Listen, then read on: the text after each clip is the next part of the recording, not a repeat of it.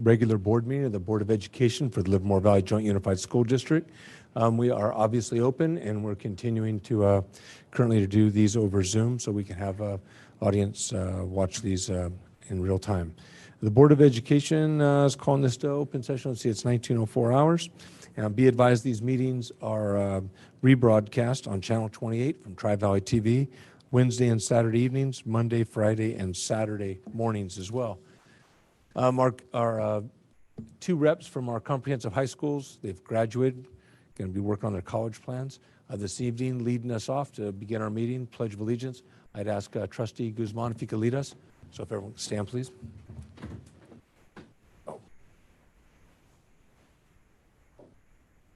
Ready? Begin. I pledge allegiance to the flag of the United States of America and to the republic for which it stands, one nation, under God, indivisible, with liberty and justice for all. All right.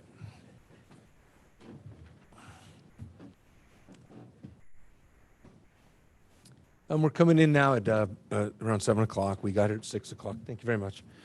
Coming in at 6, and we went in the closed session. Any actions that we take in closed session, we report out in the open session. With that, I'd ask our clerk to report out any actions taken in closed session. We have nothing to report from closed session. Thank you very much. Let's see. Procedures. All right. Well, we know this is our regular meeting of the Board of Education for Livermore Valley Joint Unified School District. Our primary focus is on the education of students within this school district. During this meeting, you, our members of the public, will have the opportunity to voice your ideas and concerns regarding matters within the jurisdiction of this public agency. During our discussion on each agenda item, there will be a time for you to comment on that item. And if the topic is not on the agenda, then we'd ask you to fill out a TAN speaker card, and under audience communication, we'll have you come up. In either of those situations, 3 minutes. We ask you to be respectful during that time. There's a timer that comes up, and it'll have the time when people start talking. When you get to about 30 seconds, I'll usually say, or the clerk will remind gently, 30 seconds or 20 seconds left. And we ask you to be respectful of that time. One thing we might want to preclude ourselves, and I'll remind our group during the event, because sometimes we can't help it, is that the applause and stuff. And when we get a lot of speakers, it just takes away, and sometimes it covers the end of it. So I'd ask folks, there's no real need to applause. We know that if you're in support, you can simply just put up your hand so that we can see it. Some people wave flags or put up their hand, and that's just fine. But if we can curtail some of the applause, I think we can get through the cards a little more expeditiously. Also, as we're going through this, whoever's speaking on an item, you're speaking to the folks that are here, that are elected, and the staff, and not to the audience. And the audience is not speaking to the speaker. So we want to maintain a level of civility, and we like to have just people be polite. And I think we do a pretty good job about it. And just a reminder so that we can get through. We really want to hear what you have to say. Sometimes people, when you come up, we want to make sure that the mic is on. And for everyone, some people feel they have a great voice and that they can be projected outward. But if your voice isn't captured on there, it's really hard for the AV folks to get it to broadcast. And so we'll make sure that your mic is on, and it has to be in about 4 to 6 inches proximity to your mouth when you're talking otherwise. And when you move your head, the voice seems to go away until you get right back in line with it. So try to keep centered on the microphone, and we'll make sure that it's on for you, and we'll start the timer accordingly. All that, we're going to move in 8.1. This is communication from the public. And communication from the public, if you wish to address a topic that is not on the agenda, now is the time. What's that? Oh, that's right. Something's off. Something's off. Okay. Yeah, I get it. Yeah, we have changes also. Yeah, something's off. I'm reading it backwards. Yeah. So again, the reminder on this, it's Channel 28, Wednesday and Saturday evenings at 7 p.m., Monday mornings at 10 a.m., Friday and Saturday mornings at 9 a.m. Section 4. Mr. Superintendent, any changes to our agenda this evening? Mr. President, we have no changes this evening. All right. Now we have, I know we have a couple recognitions. So if you could I'll invite Ms. Thede, our Assistant Superintendent of Educational Services. She's going to recognize some folks whose work with us this school year has made our LCAP report, which will be presented this evening, possible. Thank you, Superintendent Van Schack. And if you are here in the audience and served as a member of our LCAP Advisory Committee or our DLAC, can you please come forward? I see a couple of you sitting up here and just stand before. Yes, thank you. We appreciate you guys. Please come forward here. We're going to recognize you. This is a small number. We had multiple members of our two committees, but it is summertime and people are off enjoying their vacations and they couldn't all be here, but I appreciate you guys who are here this evening. And we are going to recognize the time and commitment of the members of our LCAP Advisory and DLAC committees. I want to remind you, as we will be later this evening discussing the final LCAP for your consideration for approval, that our process with these groups started back in January with introductory meetings. We've met monthly with each of the committees. We did our listening campaign back in March. We continued in April and posted questions. We've received the questions from our public and have posted those questions and answers to our district website, and we are now at the finish line in June, and these wonderful individuals have stuck by us through the whole process. And I just, when I say your name, if you could just sort of let them know which one you are, because I'm going to be reading a couple of names. I'm not going to read the school sites, just the names. We had Ashley Onadele, we had Krista Alexi, Stacy Bartholomew, Raylene Avalar, Katie Sosin, Dulce Zarco, Heather Hartman, Simran Sanhi, Hilda Pena, Sarah Alessi, Karen Taylor, Myra Hernandez, Lily Lopez, Tracy Nakamura, Lily Lopez, again, she supported 2 sites, Velia Moda, Michelle May, Kimberly Matthews, Amanda Dunmeyer, student representative, Aaliyah Agarwal, Austin Sosine. We had Eileen Greenlee with LMA, Esther Sedkowski from CSEA, Kirsten Governor with SEIU, Val Nebo from LMA, Lori Rice from CMC, and we had Kat Arthur and Jennifer Daly representing our nurses.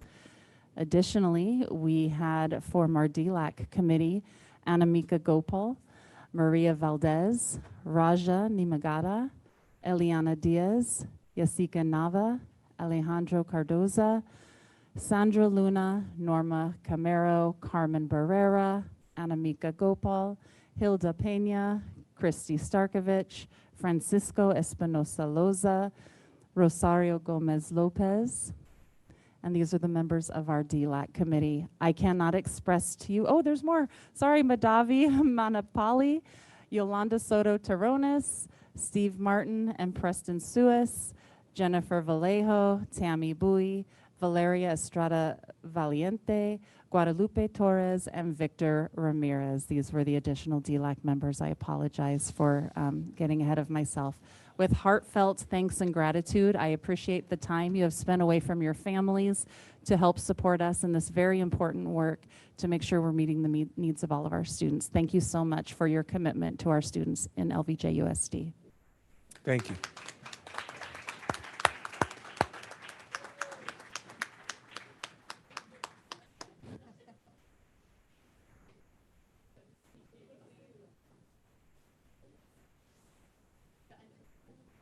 Huge assignment. Thank you. Oh, yeah. I like it. Thank you. Thank you. Thanks for your work. Appreciate it.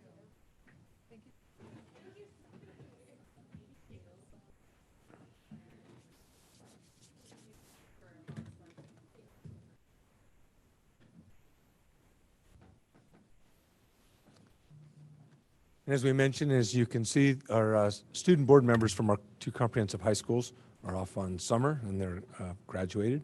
So we're going to move right into our employee association reports.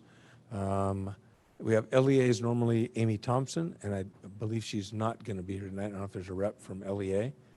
We also have CSEA, which is the California State Employees Association, and SEIU, Service Employees International, and our CMCs, which the confidentials, in Lily Lopez. So it sounds like we have none of our reps are here tonight. So we're going to move right into communication from the public. Communication from our public is the time for the public to comment either in writing or verbally on any item that is not on the agenda. Now, we, the board, may listen to the comments, and following, we may ask staff clarifying questions, but we will neither discuss nor take action at this meeting on topics that are not on the agenda, and this is in accordance with the Brown Act. If you would like to address a topic that is not on this evening's agenda, now is the time to do so. We ask that you limit your comments to the 3 minutes. The timer will be activated when you come up, as we talked about before. Each speaker speak once, and there's no need to come up under the tan card and speak under an item that might be like it. We'll hear you, and we'll make sure we catch your comments the first time. And again, just as a reminder, we want to capture people's comments, and we're asking folks to prevent or preclude yourself from applause following. You can raise your hand if you're in agreement with the speaker. And if you have a card that's submitted and someone says exactly what you're going to say, you're welcome to come up and do your 3 minutes, but there's no need. If you just put your hand up, we're going to understand that. So we're going to start this evening with Jackie Coda.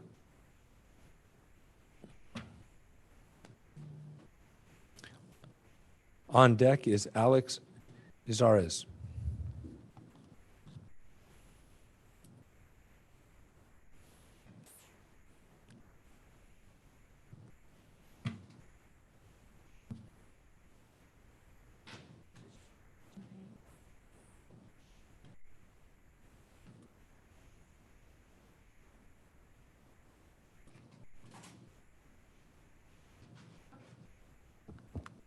Eat the mic. During a recent meeting, a participant discussed the Establishment Clause, emphasizing its significance in our Constitution. It was asserted that our nation's founders enshrined the concept of separation of church and state within the Constitution, particularly concerning government schools. This issue directly relates to the concerns expressed by parents regarding perceived indoctrination within these institutions. It is important to note that the precise term separation of church and state is not explicitly stated in either the Constitution or the Declaration of Independence. Rather, it originated from a letter written by Thomas Jefferson to the Danbury Baptist Association of Connecticut in 1802, where it was implied by the First Amendment.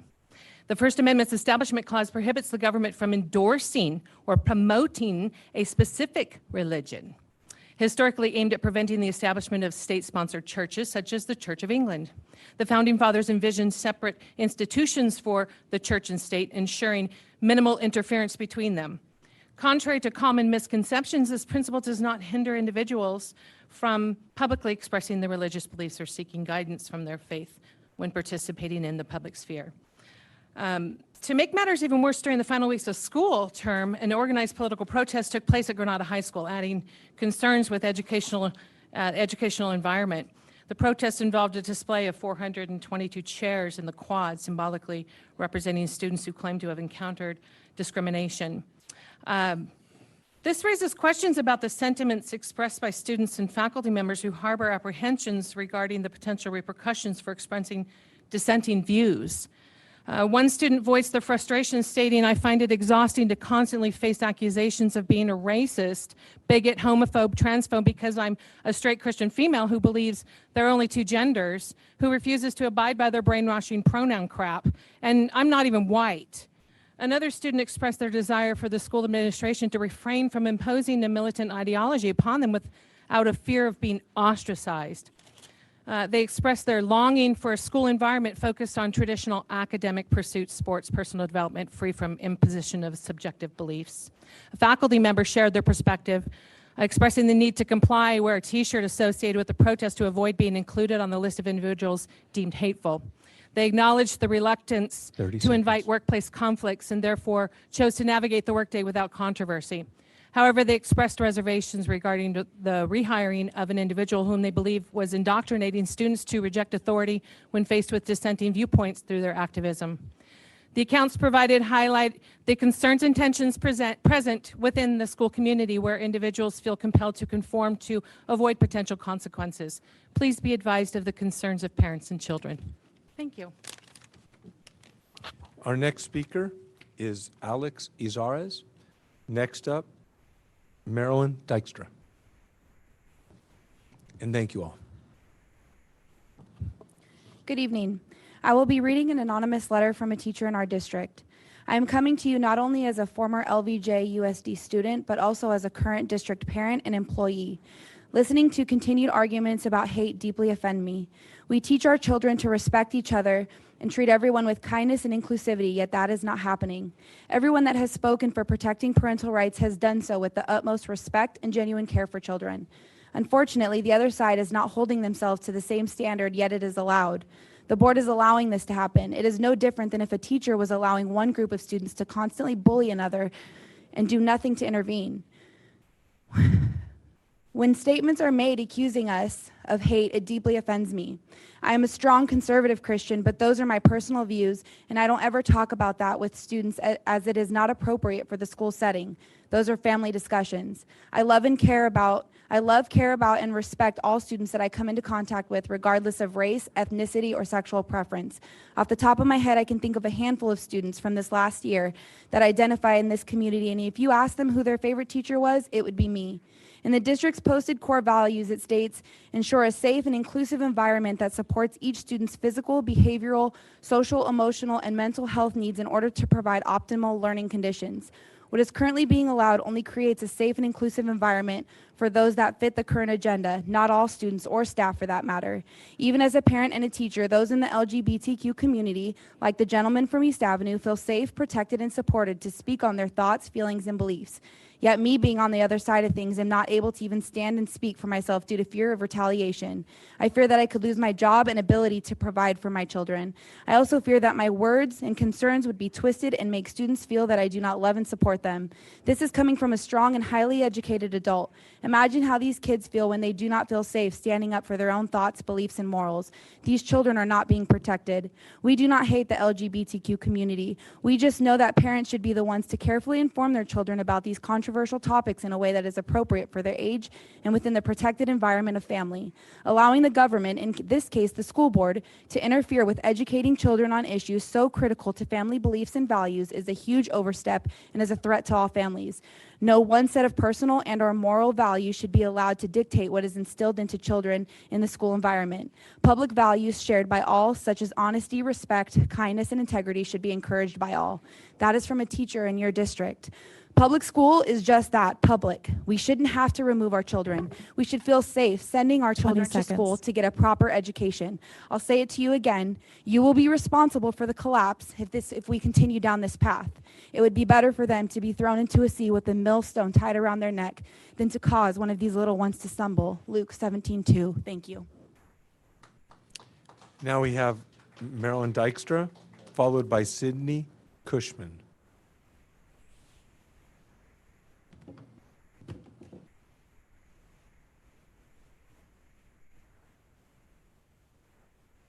Good evening, Mr. Bueno, Supervisor, members of the board, staff.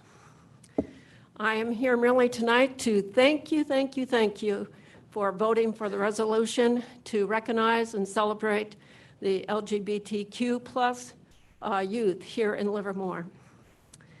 And also I want to thank you for the escort afterwards last night meeting, because it was a little weird, disconcerting to be followed out and to be videotaped while I went to my car, so I really appreciated that too. And that's all I have to say. Thank you again. Right.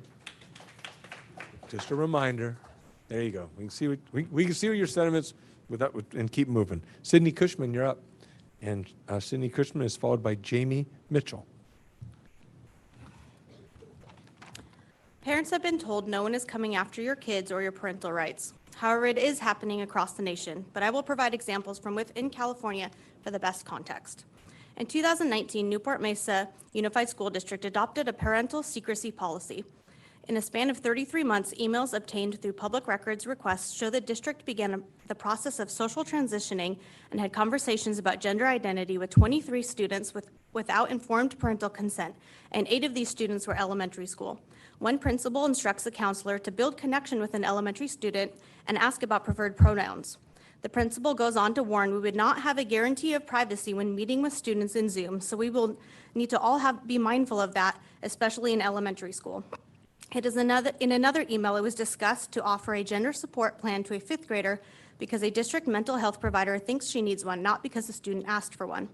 Elementary campuses have monthly wellness team meetings to discuss students and refer them for mental health supports. In November 2021, the district mental health and outreach coordinator noted that during the meetings, more than 500 students had been discussed and supports implemented at the elementary level alone.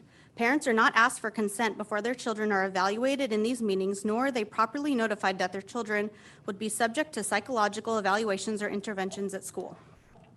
Chico Unified School District also had a parental secrecy policy, and they are now embroiled in a lawsuit against a parent whose child was socially transitioned without her knowledge. According to the suit, the fifth grader felt confused and pressured to change genders after a counselor regularly raised the topic of sexuality and gender identity to students. She expressed a desire to tell her mother and was told to tell other people before telling her parent. She has since returned to her previous gender. Spreckles Unified School District in Salinas is also in a lawsuit against parents for socially transitioning an 11-year-old. According to this suit, the child was coached to change their gender and sexual identity during a lunchtime club, while also being told to lie to her parents about it because they could not be trusted. While being away from the specific teachers during distance learning and returning to in-person learning at a new school, the child returned to their previous name and gender. In a recording from a California Teachers Association conference, the involved teachers were quoted discussing how they kept meetings private and stalked students online for recruits. The parental secrecy policy authorizes minors to make mature, potentially life-altering decisions without informing or notifying parents. California educators are interfering with one of the most 30 important seconds. bonds in life between parent and child, sowing dishonesty and distrust. It is not their role to initiate such deep personal conversations or provide such explicit materials, and they are not equipped to deal with the repercussions and long-term effects of their interference. Parents do have the freedom to choose how they approach these topics with their own children. No one will ever love a child like their own parent. According to a recent Rasmussen report, 84% of California voters would support a local law that required parents to be notified of any major changes in a child's physical, mental, or emotional health or academic That's your time. performance. Thank you. And we have Jamie Mitchell. And following Jamie Mitchell, might need a little help on this one. It's Hamis Morel, or am I getting it close? I can't read the H-A-M-I, what's that? Okay, there you go. Thank you, sir. You're next. Okay. Hello, Board President Bueno, members of the Board and Cabinet. My name is Jamie Mitchell. I am a community member, a graduate of Granada, and a mother of a future LVJUSD student. I came here tonight to say thank you to the board for the resolution supporting June as LGBTQ+ Pride Month. I am very proud to live in a town where schools are working to be a safe and inclusive place for all children. I hope to see you continue this effort. And yeah, I am just proud and thank you all for your work. That's all. Thank you. You're up, sir. And you could restate it for us, 'cause I know I'm not saying it right. It looks like, well, you could say it. I don't want to guess it. I was writing in Gaelic. Okay. Got bad handwriting. Hamis Can you Morel? press the button? Hamish. Sorry. Okay. Hi, guys. Thank you. You're up, sir. I came Followed here by to- Susan A. I came here to speak on behalf of my family who reside in Livermore School District. During lockdowns and stay home, many of my family's parents were surprised by some of the curriculum. I'm here to find out a little bit more about the Basic School Forum. Do teachers have the leeway to teach as they please, or are they bound by Livermore School District? I'm also concerned that parents are not being given full transparency. My family sadly had to pull their children out of school. Teachers appeared to have been given the green light to coach the children behind the parents' backs. Parents need to know what's going on a daily basis. Children are returning home with questions about gender they clearly don't understand. I'm actually struggling to understand some of this myself. We need to know the exact protocol moving forward and who's responsible for these decisions. We need to know who is pushing transformation treatments Also, it would be nice to know their qualifications. The medical industry this year stands to make $5 billion a year for at least the next 20 years from transforming children. The end results of these treatments, sadly, are completely irreversible. Almost every person who has been transformed has suffered terrible side effects, horrible infections, painful bones due to hormone treatments, and a much shorter life. Well, the same adults who are coaching these children to be available to face the people later, they encourage to transform, because after the initial surgery, post-treatments are not covered by insurance, as most people who have been transformed are later dropped by the same insurance companies. You see, California passed a bill to require insurance companies to pay for transformations, but not for any transformations or the horrible side effects. Almost every child transformed later goes up to regret their decision. This is due to horrible side effects who will then be responsible: the advocate, the coach at the beginning, or the poor family left with outcome. Given time, children will find their way. We need to support every child moving forward. However, let's not jump to rushed conclusions or life-changing surgeries that may ruin a child's life. I have absolutely no problem with anyone deciding to be whoever or whatever they want to be.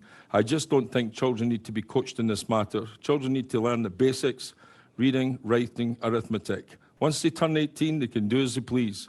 Until then, please try and keep the hands off our children. They are our responsibility as parents, not California's, nor the school district. Thank you for your time. We get subtle reminder. Thank you. Now we have Susan A., followed by Andreas Sanchez.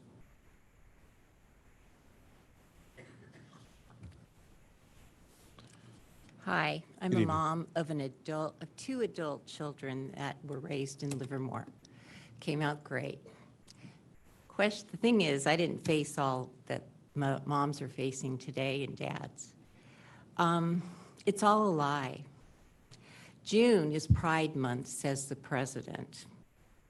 June 1969, when violence for marginalization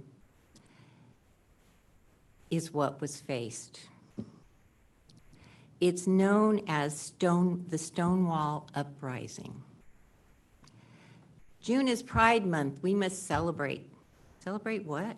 His narrative is all twisted. What really happened was there were 8 police officers against a mob of hundreds of violent people that came after them and burnt them to death, actually, stormed into a door of a bar and ignited a fire. Are we supposed to celebrate that? God says in the Bible that woe to those who celebrate, who call evil good and good evil.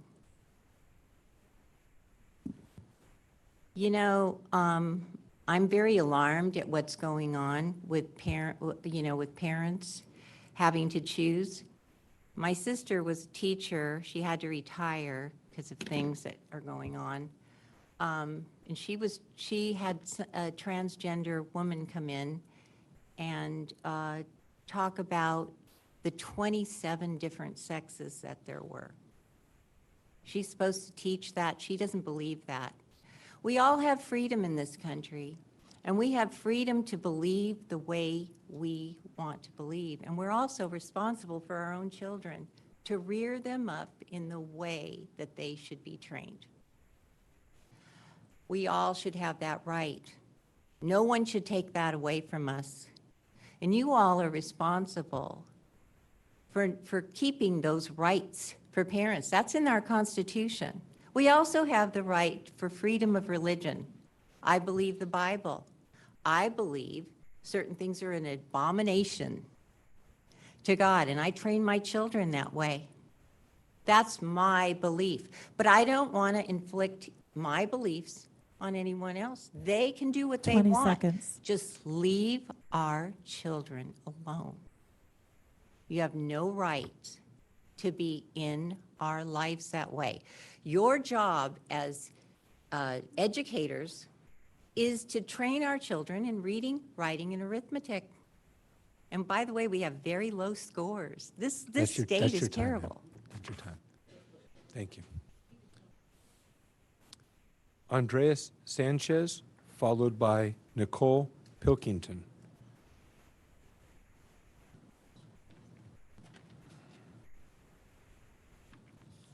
Evening. Hello. You're up. Good evening, board. I reflected on last week's board meeting and have a few thoughts. Watching these board meetings as a kid is a little bit it's a little bit shocking to see members being so hateful towards each other. I see my mom and other parents getting a lot of hate and backlash.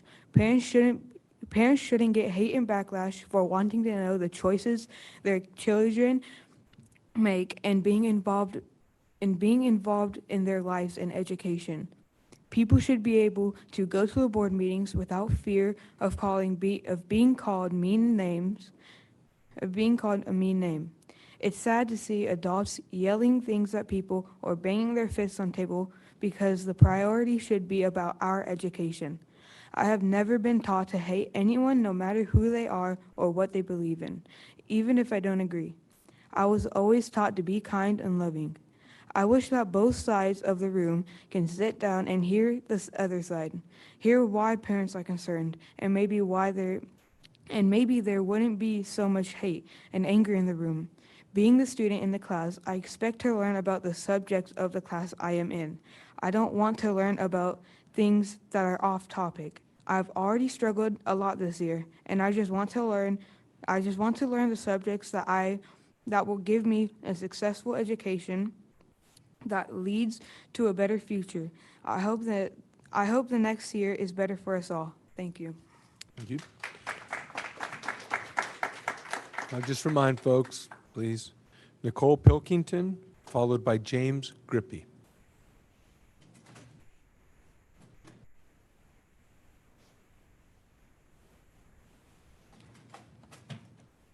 Good evening, Board. Separation of church and state. That statement was made numerous times at last week's board meeting. I fear many people don't know or don't understand what Thomas Jefferson was saying when he wrote those words to the Danbury Baptist Association. They are not in the Constitution because our founders never intended for the church and state to be completely separate.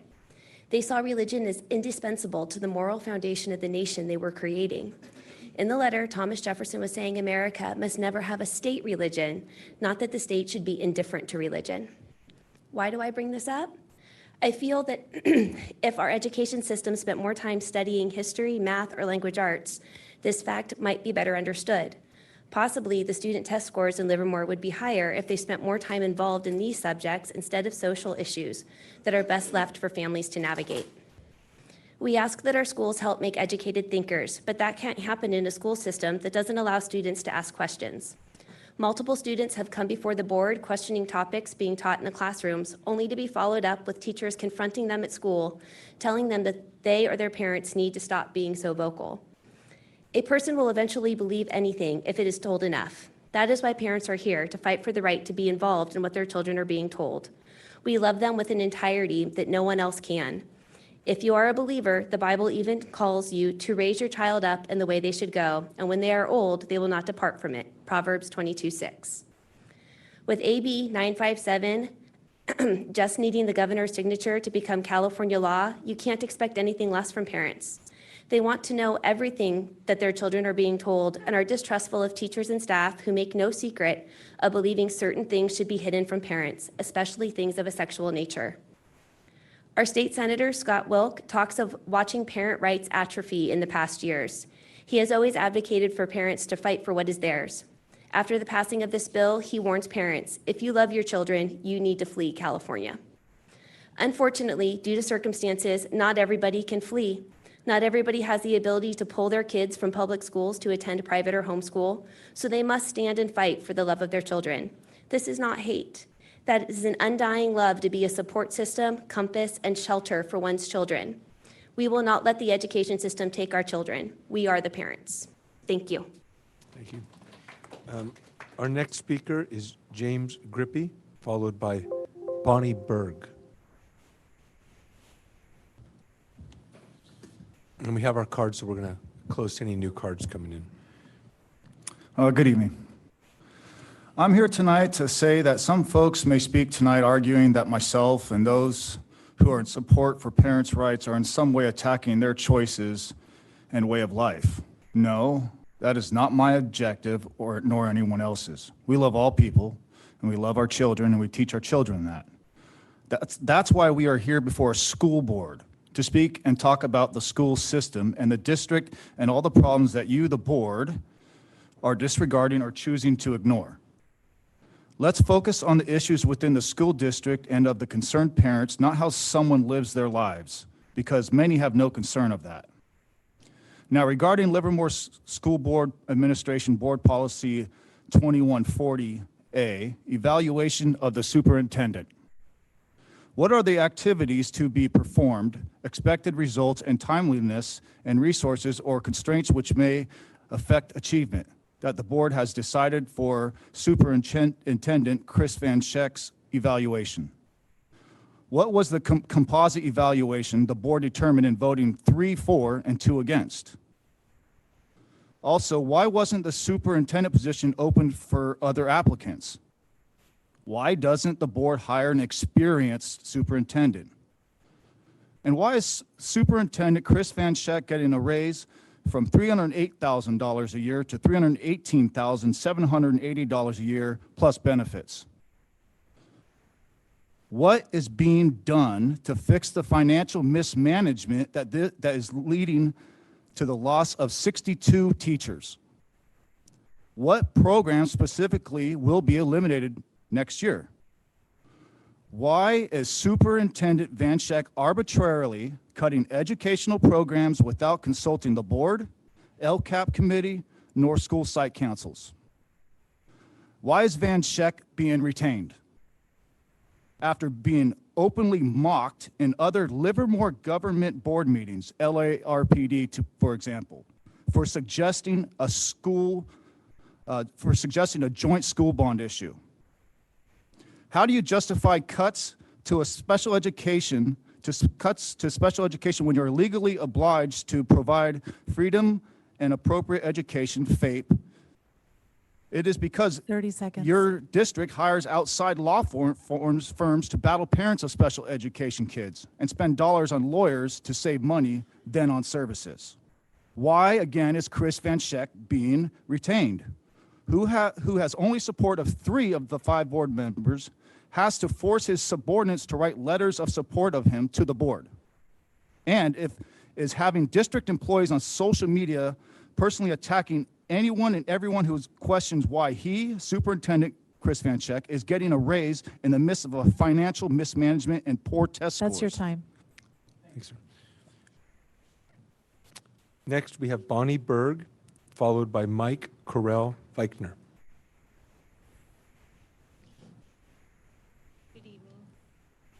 Good evening. I've had 2 children graduate. Ma'am, just Yes. get closer to the mic, or you can, it leans, it bends. Okay. I've had 2 children graduate from LHS, one currently attending, who's in the special needs program.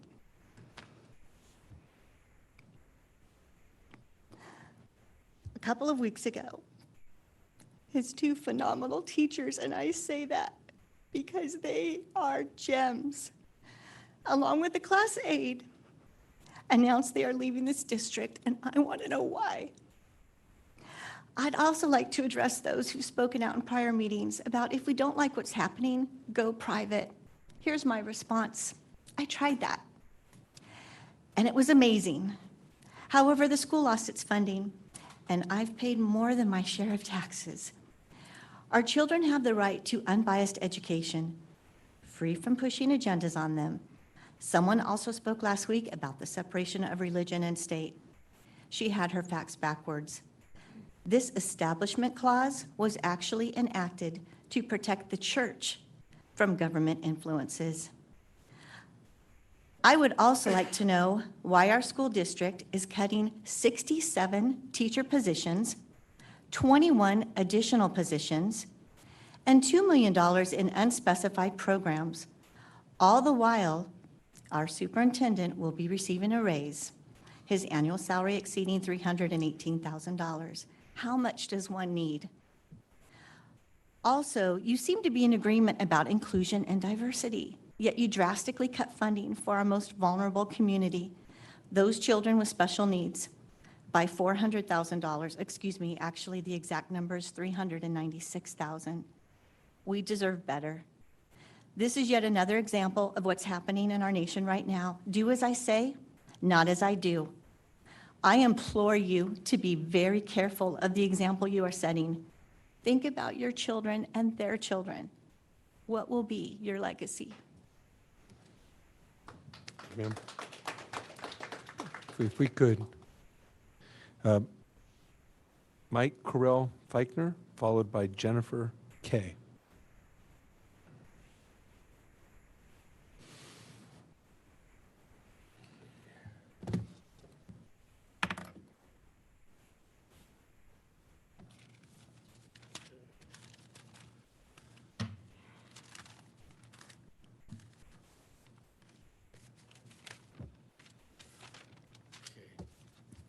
First of all, our apologies that Ron, my husband, couldn't be here this evening because of a scheduling conflict. So I have something to read for on his behalf. He wants to thank the board for protecting the rights of the LGBTQ plus students and employees. Please continue to stand up against the outright blatant lies and bigotry coming from the other side. That's from Ron. And as I mentioned last week, or it was 2 weeks now, no, it was last week, wasn't it? I didn't come out to myself as a gay man until I was 65. That was in June of 2017. Prior to that, I lived in despair. I was isolated, imprisoned in a world of oppression. I was nearly suicidal. And to come to think about it, that I am a gay man is in my genes, hereditary, as much as I have blue eyes or brown eyes or left-handed. And as a part of scientific studies, being left-handed, and I am left-handed, my husband is left-handed, and Pete Buttigieg is left-handed, it is not a factor of being gay, but the relationship between gay and right-handed, left-handed and right-handed in the gay community is much greater than the general society. So anyway, so much about that. We're not talking about science tonight. In later years, I asked myself, was life really worth living? And I considered myself before I came out, wouldn't it be nice if it didn't matter if you loved a man or a woman of the same sex or whatever you decide to do, that it didn't matter. And I had a dream, and I still have that dream, just like Martin Luther King said, I have a dream, and I have a dream, and I still live with that dream. Close. And then I have a quote here from the famous, well-known Jimmy Carter. He said, and this is in March of 2012, homosexuality was well known in the ancient world well before Christ was born, and Jesus never said a word about homosexuality. In all his teachings about multiple things, 30 seconds. He never said gay people should be condemned.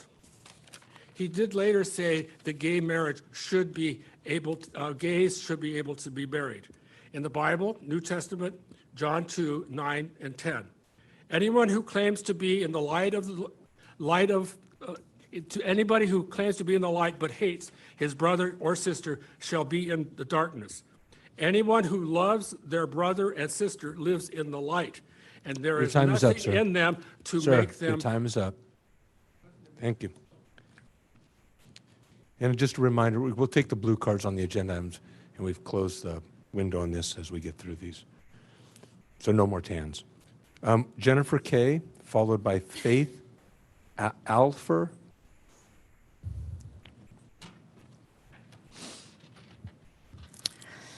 I don't care if your kid is trans. I don't care if you are trans. That does not affect me. However, I do care when you push a politicized agenda on our children. You ignore the science and the history of the movement because you are desperate to feel as if you're on the ever ominous right side of history. This is the phrase that weak political types love to use to make excuses for why they refuse to use critical thinking. Except this time you stepped in a subject that will have measurable negative repercussions, and you will be held legally and financially. 5 years from now, when you're no longer on the school board, we will still pursue all legal options. You were warned not to force your ideology on our children, and you chose to ignore the science, and you pushed forward in your ignorance. You had no interest in our reading unbiased sources on the subject. We warned you about John Money, Alfred Kinsey, George Lucas, and the fact that this was a Gnostic cult ideology. You ignored these warnings. You felt as if we didn't really care about our children. You lacked empathy, and instead you saw us as opposition to force your will upon. The fake power went to your head. Save this speech, legal options will be pursued against not only the board, but each one of you individually. I don't care if it's 15 years from now, we will hold you accountable. Each child that has regret will be able to sue you personally. You may feel protected today, but that will soon change. Our next speaker is Faith Alfer, followed by Tosh Heptine.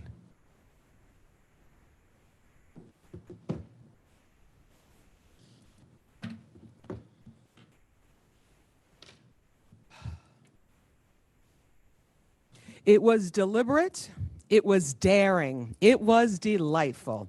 In 1965, long before I was born, in the town, it became the first town to voluntarily have a white majority in their school. Basically, they're the town that asked for integration. It was Teaneck, New Jersey, where I am so proud that I am from. The reason I know this is because my older sister was supposed to go to school, and my mother was so afraid of what they would do. What would happen? What would the people that didn't want them to be a part, what would happen? A lot of the kids stayed home. A lot of the people were threatened because of fear. FEAR, false evidence appearing real. Some kids did not go to school because they were afraid. Well, look at us today. Oh, the foolishness of some people being afraid of othering other people, people being hostile and hateful towards other people. It smells so familiar, like back in the 1960s. I am so glad that there were people who were bold enough to say, wait a minute, let's treat others with respect. Let's love others. Let's follow the Bible when it says to be respectful and to love one another. I have not one, not two, but 3 kids that graduated from here, from the district, LVJUSD, and I am so proud. I am proud to look back in our community to be the one that is deliberate and daring and delightful to all people. Let's continue to educate, to elevate, and I leave you with one of my favorite quotes from the Bible. Thank you so much to the board. It says, and let us not be weary in well-doing, for in due season you will all reap if you faint not. Thank you, board, for rocking it. Thank you so much, board, for being real. Thank you so much, board, for enduring everything that you have endured. We see you. We appreciate you. We know there are so many people behind me that are so disrespectful and horrible, but I'm telling you something right now. You got it going on. We appreciate you. We stand behind you. We stand beside you. And I'm going to use these 15 seconds to keep on talking. I tell you what, I am so proud to be from Livermore, from a community, even though none of my kids are in this school. I am so proud that I will look back and say, we are the community that got it right. Thank you. Hang on now. Guys, just ask folks, just keep it the same all the way around. Tosh Heptine, followed by Ainara Heptine. Good evening, President and board members. My name is Tosh Hepting, and my family has called Livermore home for 17 years now. Our household includes 2 wonderful kids who are members of Livermore's queer community, and one of them is still attending an LVJUSD school. I wanted to start off by thanking you for what you do, for respecting our kids as people instead of treating them as the property of their parents, for standing against the tide of bigotry and hatred that has washed over the country and, sadly, our community these last several years, for making informed decisions in the best interests of the entire community, not just the loudest few parents. And most of all, for fostering pride over shame and helping to break the cycle of bullying and bigotry against LGBTQ+ students that was the norm when I was in school. I also want you to know that for every sanctimonious critic here lying about non-existent pornography, shouting defamatory slurs at speakers, or shedding crocodile tears over imagined violations of parental rights, there are multitudes of families with LVJUSD students in the LGBTQ+ community. They have hundreds of friends and allies that support them directly, and they are part of a community of tens of thousands of people that have a clear majority view that love trumps hate. On behalf of this greater community, I wanted to say that as long as you continue to have our kids' backs, we'll have yours. Our next speaker is Ainara Heptine.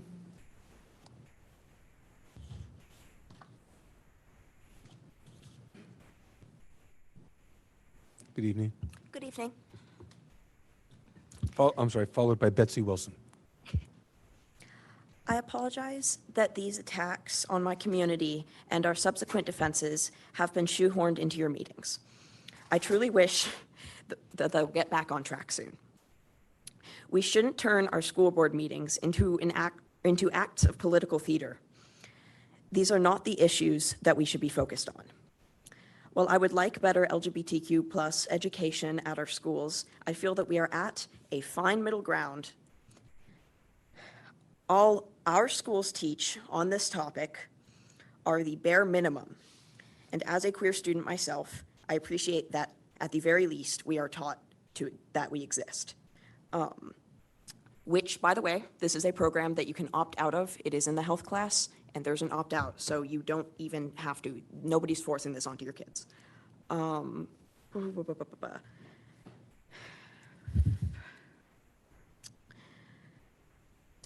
There is no oppression of Christians happening at Granada. They're perfectly fine and have had no problem bullying me when I went there. So school board, thank you for doing your best to make this a safe place for me and my community and make me not scared to hold hands with or kiss a girl in the ways that straight couples would be doing in between periods. Thank you. Thanks. Our next speaker is Betsy Wilson. We see you back there. Betsy Wilson, followed by John Green.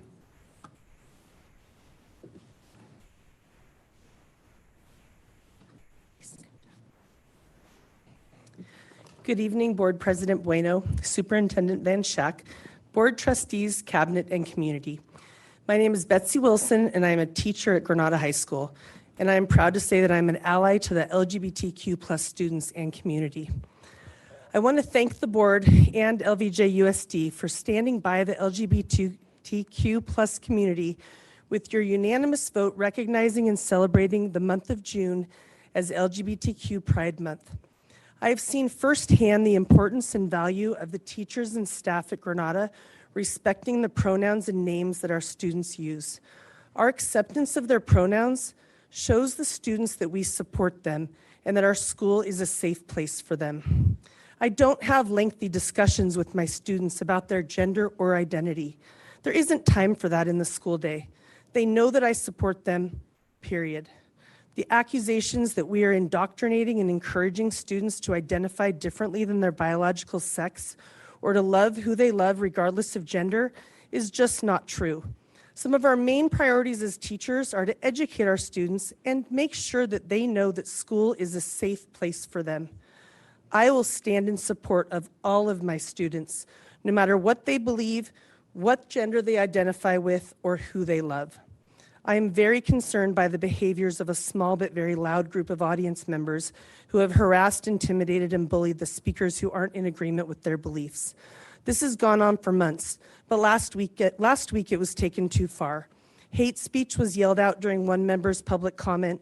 along with someone blowing an air horn in the faces of people while being recorded as they exited the building. We need to protect the speakers at these meetings. Let's not forget that some of these speakers are the very students that we are trying to protect. The harassment, bullying, and intimidation tactics do not belong here. I do ask that moving forward, the board acknowledges and utilizes their jurisdiction under the bylaw 9323, Article 7, that states, the board president shall not permit any disturbance or willful interruption of board meetings, and that persistent disruption by an individual or group shall be grounds for the president to terminate the privilege of addressing the board. The board may remove disruptive individuals and order the room cleared if necessary. I understand that at times it's difficult for you to hear what's happening in the back of the room or the lobby. So I ask that we have staff members, and I'm happy to see that there are some police officers here in these locations to help ensure that the audience members are complying with the rules that the bylaws state. And to those who are trying to intimidate the LGBTQ plus community and their allies into silence, it's not going to work because love will always win over hate. Thank you. Thank you. Our next speaker is John Green, followed by Emily Wilson.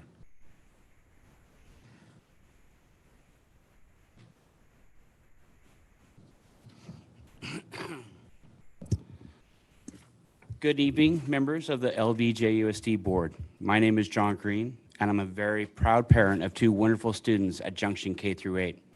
I have recently learned that our community has become one of the many targets for the Moms of Liberty, an anti-government group recently labeled extremist by the SPLC. I thought our community was immune to the insane rantings of anti-LGBTQ book burners, but alas, I have learned this is not the case. I want to thank each of you for your patience and tolerance as the threat of Christian nationalists has been invited into our district. I would prefer to be at home enjoying a quiet evening with my children. However, I'm compelled to come speak tonight.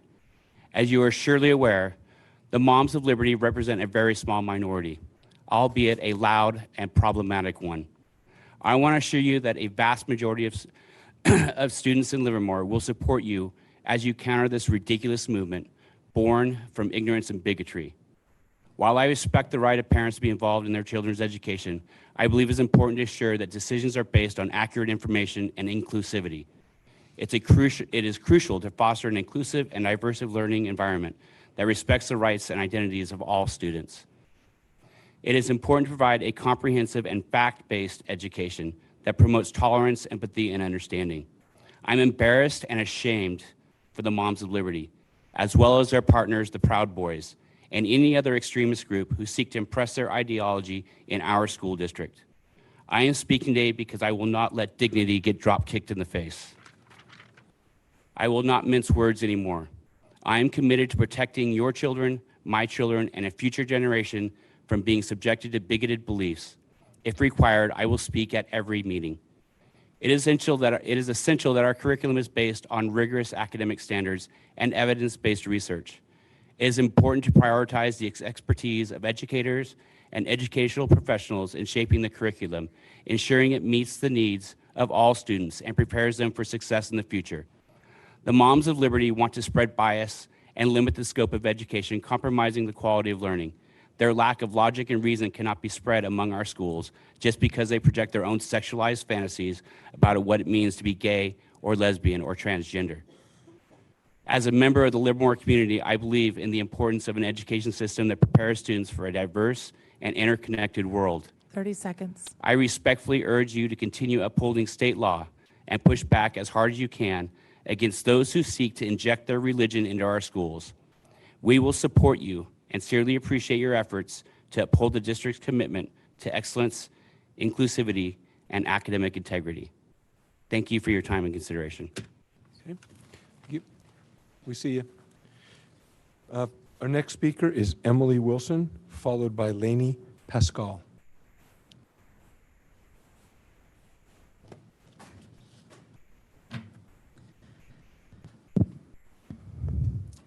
Good evening, Board President Bueno, Superintendent Van Schack, Board Trustees, Cabinet, and Community.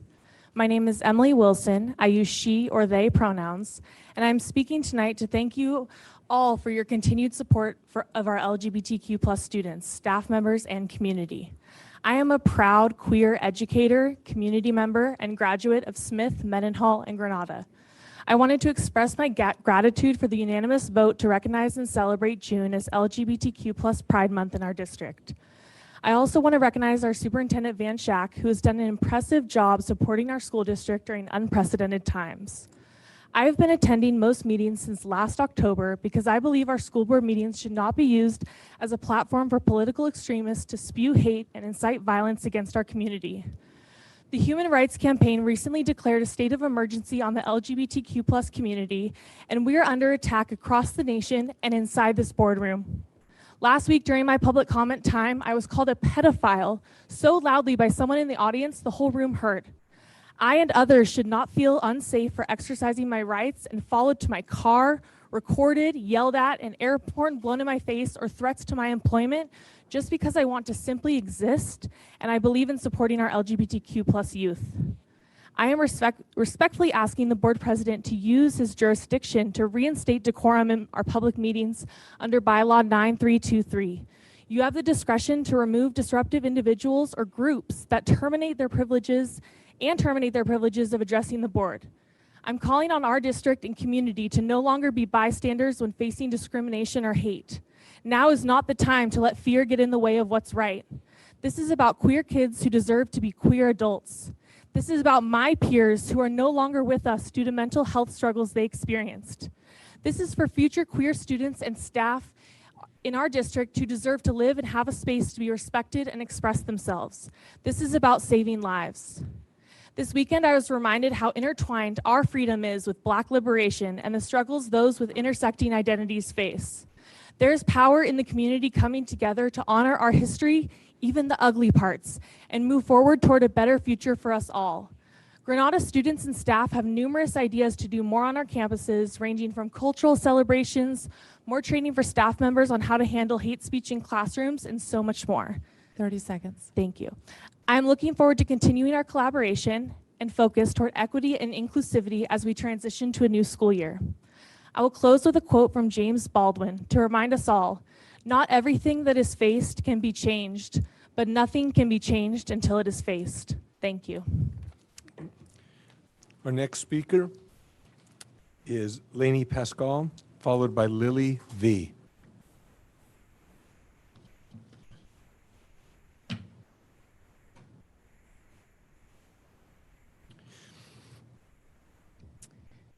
Good evening to board members and staff, parents, those listening at home. Happy Pride Month. My name is Lainey Pascal. I use she, her pronouns, and I'm the parent of a 6th grade student in the district. I want to thank the board for passing the resolution last week in support of our LGBTQ students honoring Pride Month.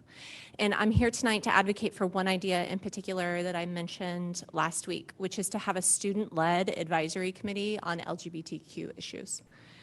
So Alameda Unified School District has already implemented this idea. And this would be a collaborative advisory board of students across grade levels and school sites, as well as parent liaisons and district staff. And the goal would be for LGBTQ students to offer feedback about their experiences and figure out how to make our schools safer and more inclusive. This committee would be a sort of think tank so that students and parents could bring forward ideas to the district for consideration. And the district could also get student feedback about services and initiatives. I can think of a number of scenarios where having this committee would be helpful. So for example, a student wants to start a GSA club at their middle school, but doesn't know how to do that. The committee could offer not only the process of how to start one, but also give feedback about how to structure meetings, how to choose an advisor, fun events to offer. A parent wants information about community resources. And so a parent liaison on the board could help them to confidentially find those resources. Let's say that teachers at a middle school are hearing students use terms like gender fluid and ACE and realize they have no idea what those words mean. The committee could connect teachers with a local nonprofit group that offers free trainings for educators about gender identity. So these sorts of committees already exist in our Livermore community. So for instance, I'm a member of the Library Advisory Committee, which is appointed by our City Council. And we work directly with our Livermore City Library to offer community member feedback about library policies, events, and services. And we have folks on that committee who are parents of young children, recent immigrants, English language learners, and retirees. All of those folks offer a unique perspective about library events and services. So a similar committee within our school district with LGBTQ students from different grades and different schools would also be valuable, so that our district is making decisions about policies, services, and events with student feedback and input. So I'd like to encourage the district to implement a student-led advisory committee for LGBTQ issues for the 2023-2024 school year. Thank you for listening, and I hope you enjoy your summer. Lily Yee, followed by Daviera Fringi.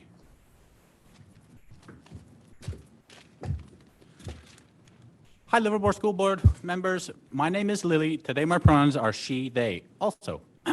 And I'm a professional victim, mental gymnast, meaning that I engage in mental gymnastics. And most importantly, I'm the world's greatest lesbian, obviously like my shirt says. But I'm not feeling so great today. Last meeting, I was literally shaking when some common sense extremists and parental rights advocates had the audacity to speak up against how people like us in the LGBTQIAPP+ community are forcing the glorification and acceptance of our fringe alternative sexual lifestyles onto their kids in normal society. Sticks and stones may break our bones, but words and factual truths shatter our existence and delusions, which hurts more than anything. Just look at us. We're so miserable and mentally unstable. Most of us will likely never reproduce. So we have to rely on recruiting normal people's kids and corrupting them to be as mentally unhinged as we are, because people like us are miserable, and misery loves company. As you see, we are the epitome of misery and mental illness. We basically claim that people want us back in the closet, or people want to take our rights away, or people don't want us to exist, yet we can never back up those claims with any credible examples. All we're capable of doing is making straw man arguments and manufacturing our own victimhood to bask in our made-up oppression, because in reality, we're mentally ill. We can't cope with being so emotionally weak and insecure, despite society actually having no issues with our existence in reality. The sad truth is that many of us suffer from factitious disorder, aka Munchausen syndrome, combined with extreme heterophobia, which can only be described as a feeling of resentment and bitterness that us alphabet people have towards heterosexuals, which stems from not fitting in with the basic interpersonal relationship dynamics between males and females, and being out of sync with the natural and normal order of humanity. So we have to make up new struggles to play the victim card in order to garner more sympathy and more attention, which validates our narcissistic desires of being worshipped for nothing. It's such a vicious and exhausting cycle. People like me need constant 24/7 validation and attention. We're so fragile and insecure that even the slightest constructive criticism makes us want to kill ourselves. You'll never understand with the fragility.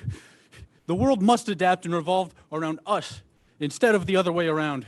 You see, it's far better to entertain our delusions and reshape the world instead of getting to the root cause of the underlying mental illnesses that we all suffer from. Victimhood is empowering and effective, as evidenced by your board members' decision to officially recognize June as LGBTQ+ month. But just know that no amount of validation will force. It's your time. That's it. That's it.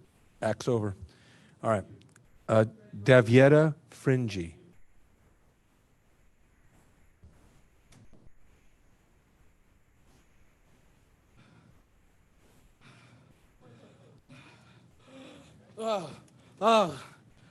Hello, trustees. Is my time? Okay. My name is Daviera Fringe. I use she, it pronouns.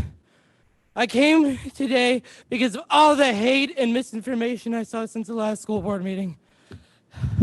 As a transracial woman of color, I am enraged and my kids are soon to go in the Livermore School District, and I am enraged that this hatred is allowed to incur, and some of you are letting this happen.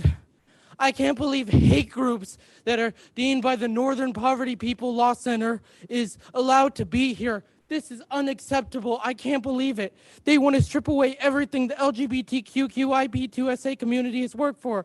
They want to strip away the rights to show students porn in the classroom and confuse the students with sexual topics that aren't even age appropriate for them. This is unacceptable. You know, last week my surgeon Noel Vaughn got misgendered, and I know it broke her heart. And just this morning, my friend Lily the lesbian was called by her dead name. Who does that? You know, the same people who say they're promoting tolerance and being inclusive. As a trans woman of color, I'm sick of being racially profiled as well. Last week on Facebook, a message went up saying about me, saying we have to keep staff for security, keeping eyes on these people at all times. As a woman of color, I am very offended that this can even occur. How is this allowed? And I heard about a trans teacher only teaching 26 genders. What happened to all the other ones? We need more genders, more genders, more genders. And lastly, if you're exhausted of, coming to these meetings, then keep coming, even though this is the last one of the school year, because we aren't going anywhere. You're going to have to keep decompressing. Keep decompressing. I am tired of this blatant transphobia. Trans rights are pharma profits. And thank you, board. Thank you for having more police back there. We need more police back there keeping an eye on these people, because it's terrible. It's terrible. The misgendering, the hatred that they're 30 allowed seconds. to spew, it just enrages me. And I hope that we can have more people, like maybe council members or people who are out there watching over, who can hear these horrible comments by these people. It's terrible. It's terrible. You need to do something. This is trans genocide. We are under attack. We are a marginalized community. And I'm sorry if I'm yelling and getting too loud, but this is something that I'm really passionate about. And these people are. That's your time. Thank you. Okay, that's the end of our public comment, and we're going to move into section 8.2. This is correspondence. Go ahead. Formal written correspondence to the Board of Education shall be acknowledged if received by the board or in the superintendent's office by 4 p.m. the day before the meeting. Formal written correspondence received after the cutoff time will generally be acknowledged at the following meeting. Please note that our board electronic communications received via the Livermore Valley Joint Unified School District website by accessing the formal written correspondence to the Board of Education link with all fields completed and verified shall be treated as formal written correspondence. And I would ask our clerk, Trustee Prusso, if you could summarize any correspondence we've received. Yes, I can. Kristen Thies, parent and president of Friends of Joe Mitchell School, commented she has immense gratitude for the reversal decision of the IB diploma. She stated she will work much harder with her leadership team to promote the benefits and learnings of the IB program on our campus and beyond. Jaden Garcia, student, commented by thanking Superintendent Van Schack for creating a pathway toward employment as a teacher through the Youth Build program. Carla Estrada Hidalgo, coordinator of ELD and Title I, commented by thanking our superintendent for his leadership. She stated he has the knowledge, experience, and drive to make decisions based on data that will benefit students for years to come. Sherry Johnston, coordinator of equity and early literacy, commented with reflection on the year with gratitude. She acknowledged the hard work of the board and stated she is grateful for the superintendent's clear direction for setting goals based on data and for supporting the early literacy plan. Janine Maines, teacher on special assignment, commented with her deep appreciation for the outstanding leadership of the board and superintendent and commended the emphasis placed on data-driven decision-making.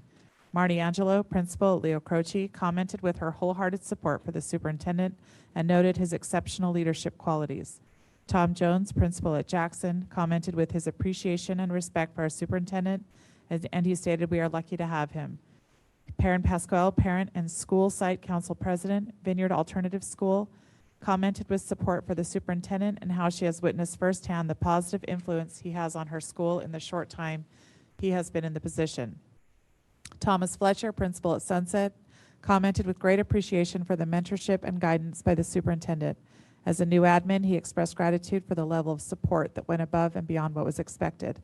Jessica Torres, Student Services Executive Assistant, commented by thanking the superintendent for his leadership. She added that she has no doubt he will continue to take LVJUSD in the right direction. Zandra Texera, Coordinator of Special Education, commented with her feelings of gratitude and appreciation for our superintendent. She acknowledged his leadership and support for our special education programs. Anna Stanley, Parent and Human Resource Specialist, commented by offering her full support of the superintendent. She added that she is confident with his leadership and ability to navigate the hard choices ahead. Christy Starkovich, Principal at Lawrence, commented with appreciation for the superintendent's empowering leadership and dedication to student achievement. Lily Lopez, Community and Early Childhood Programs Liaison, commented by thanking the superintendent for his support and leadership. She expressed her appreciation for his sincere interest in strengthening and expanding programs. Stephanie Sponigal, community member, commented by showing her support for LGBTQ+ youth and Emily Wilson's comments at the previous school board meeting. Tracy Christmas, Director of Student Services, commented by expressing her wholehearted and sincere support for our Superintendent Van Schack. She added that we should work together to support his vision and proven strategies to achieve student academic success. Shahana Mitra, parent, commented by expressing her appreciation for the board resolution passing unanimously in support of LGBTQ+ students and community and celebrating Pride Month. Heather Day, parent, commented by thanking the board for continuing to support LGBTQ+ students and staff. She added she would like to encourage more to be done to protect the safety and emotional well-being of the speakers at the meetings. Kim Mays, community member, commented by expressing her appreciation for the board resolution passing unanimously in support of LGBTQ+ community and Pride Month. After watching school board meetings and the hurtful, aggressive things said to speakers, she stated her concern for the safety of all attendees. She also recommended if there are any measures the board can take to ensure respect and safety. Leslie Lemo, thank you. HR Executive Assistant commented by expressing her thanks to Superintendent Van Schack for his calm, caring, and inclusive leadership. Dave Von Heater, Parent and Parent Club Information Council Chair, commented by expressing thanks to the board for their ability to represent constituents. He shared his appreciation for Superintendent Van Schack for his engagement with parent leaders and his attentiveness and responsiveness to concerns brought up at PCIC. BJ Reynolds Kuntz, parent, commented with thanks for the unanimous support for the resolution passing for Pride Month, for reinstating the IB program, is outraged by the slander at board meetings, and Superintendent Van Schack doing a stupendous job in his first year. Danielle Sands, parent and HR specialist, commented expressing her sincere appreciation and gratitude for the work Superintendent Van Schack has done for students and staff. He promotes a work environment that is positive and inclusive. The following board correspondence summaries were added after the agenda was published, but before 4 p.m. the day before this meeting. Formal written correspondences received after the cutoff time will be acknowledged at the following meeting.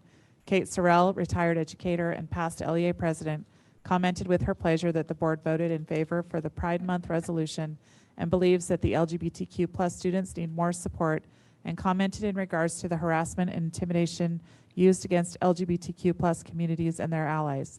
Jessica Metzinger, community member, commented expressing thanks for unanimously voting to celebrate June as LGBTQ+ Pride Month and feels that all students feel safe, recognized, and supported at school. Anthony Hutter, community member, commented in regards to the board passing the celebration of LGBTQ month without discussion and believes that it is exclusionary to anyone who does not identify as LGBTQ. And that concludes the correspondence. Thank you. We're going to move into our information discussion. Mr. Van Schack, if you could introduce 9-1, please. Thank you, President Bueno. I would like to introduce Ms. Melissa Thede and also congratulate her for her recent completion of her doctoral program. She's going to have a number of items this evening. Actually, I take that back. She's going to begin with item 9.2. So I will ask Teresa Fiscus to introduce 9.1, which is Measure A, Citizens Oversight, and we will save a congratulations for Dr. Thede till later. Thank you, Superintendent Van Schack. It is my very great pleasure to introduce and welcome Mr. Bruce Cumming to the podium. Mr. Cumming is the chair of our Measure A Citizens Oversight Committee, and I would like to express my sincere appreciation and gratitude not only to him but to the entire committee for the time that they invested in ensuring our Measure A parcel tax funds were spent in line with the parcel tax ballot language. With that, I will turn it over to Mr. Cumming to present the committee's Measure A annual report to the community.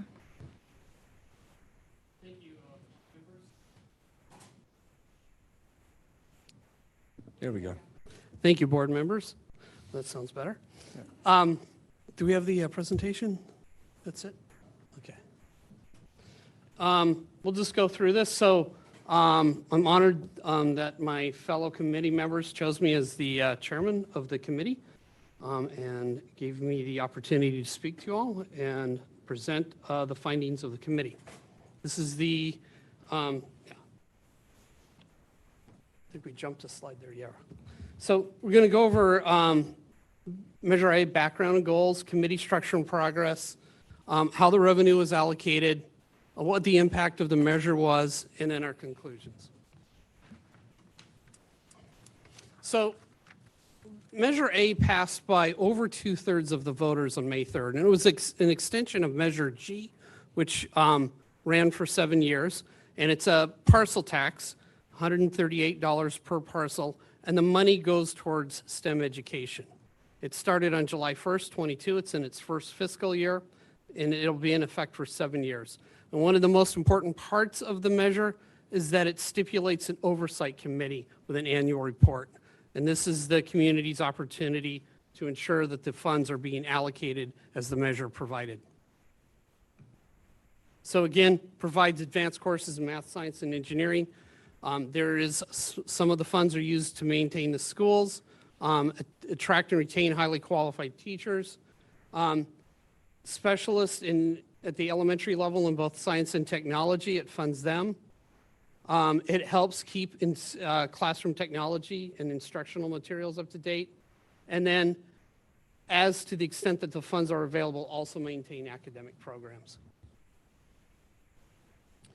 There's 6 people on the committee. You'll see most of them are year 2, and this is because we served the previous year as a final year of Measure G. So I want to thank all of the committee members here. So Ann Brown, Brooke Friedley, Ziad Hidi, Latika Kerr, and Maria Renee Torres, and I apologize if I mispronounced any of those names. The committee started on February 9th. We had monthly meetings. They're open to the public, and we abided by the Brown Act. And we did use email to, in accordance with the Brown Act to compile the report.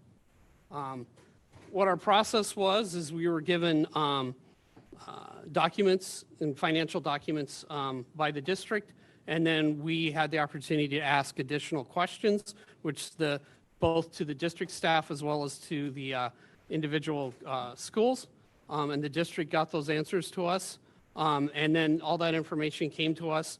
We reviewed it all, and we divided the report up among different committee members, and then we compiled all of that together to create a report.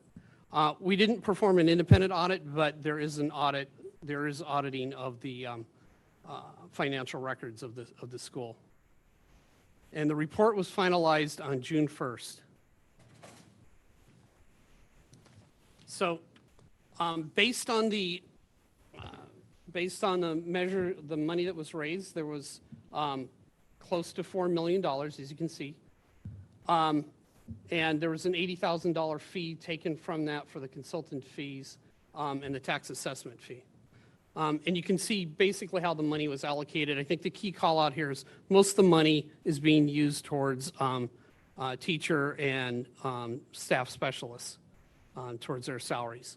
A much smaller part of it's used, as you can see, for maintenance, instructional materials, and technology. So the vast majority goes to paying the salaries of STEM educators in different capacities. So again, almost $2 million for elementary science specialists, and then another $400,000 being used for elementary technology specialists. 30% of the funds used to strengthen STEM. 5% were used towards maintenance in accordance with the measure. 6% used for classroom technology. And in the STEM in the STEM, for among the STEM teachers, we noticed that the teacher retention remains high, with the district able to respond to a fluid employment environment. Oops. So based on the information provided to us by the district and a review of it, we concluded that the Measure A expenditures were appropriate and they were towards the purposes of the measure. And we determined that these funds are being used to help augment STEM resources and overall schools' needs such as materials and maintenance. So, and again, I'm going to apologize in advance if I mispronounce anyone's name, but I want to thank everybody who helped us compile this. Teresa Fiskus, Doug Demore, Jody Robinson, Chris Connor, and Jason Krolakowski. Again, I want to acknowledge everyone's hard work on this, and a special shout out to Teresa and Jody, who put in tremendously long hours helping us putting this report together. Thank you. Thank you, sir. We'll start with me some question or comment. Trustee Prusso. Thank you. I don't really have a question. I just wanted to thank you, Bruce, for taking this on, and for all of the committee members who are here or not here. Just a thank you to them. Obviously, this is a really important component of the funding and making sure that we are using taxpayer funds correctly. And then I also just wanted to thank the community for allowing this and for giving us the funding for these specialized programs, and a thanks to our elementary science specialists, where a lot of this funding goes towards. And I'm in the elementary schools. I have nieces and nephews in there, and my kids have been in there, and just watching what's happening with these specialists is pretty amazing, and getting us to more specialized and advanced science classes in high school, I think attribute a lot to the elementary specialists. So again, thank you, Bruce, for your presentation, and would you please tell the committee thank you on behalf of us. I will. Thank you. Thank you, Trustee Prusso. Trustee Guzman. Another thank you for doing this. Trustee Wong and I did this several years ago for another similar, it was another measure with a different letter, I think Measure G. But sometimes it could be intimidating with larger numbers. I'll speak for myself, and seeing where everything goes. And it's also great just to see that it does go for what the school district told the community it would go for, and that our students are getting the math, science, the STEM curriculum. So thank you for putting this together and working on this. Thank you. And another thank you, Mr. Chairman. And please extend it back to all the committee members. And for the members of the community, the positions on this, some of them are specific. You know, there's a member of a taxpayers organization, a member of a parents group. There's some specific things, and so sometimes they're a little hard to fill. And looks like you have a good board that's quite a lot of people. It takes a lot of diagnostics to come up with the report, and we appreciate you coming back. This has been a renewed parcel tax that ran like 5 years, and then this is a 7-year one.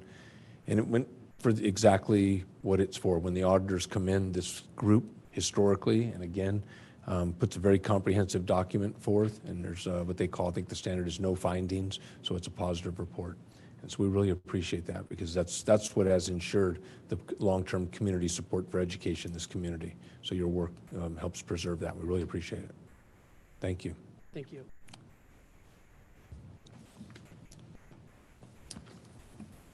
Mr. Van Schack, 9-2, please. Thank you, sir. Now at this point, I will hand the baton over to Ms. Melissa Thede for several items in a row. Thank you very much, Superintendent Van Schack, and I'd like to invite up Steve Martin. Mr. Martin, if you wouldn't mind joining us up front. Mr. Martin is going to lead us through a brief presentation regarding the construction pathway, a new career technical education pathway that we will be pursuing. And he's very excited to tell you all about that. Mr. Martin. Good evening, President Bueno and members of the board. Closer. And a little closer. Even closer, okay.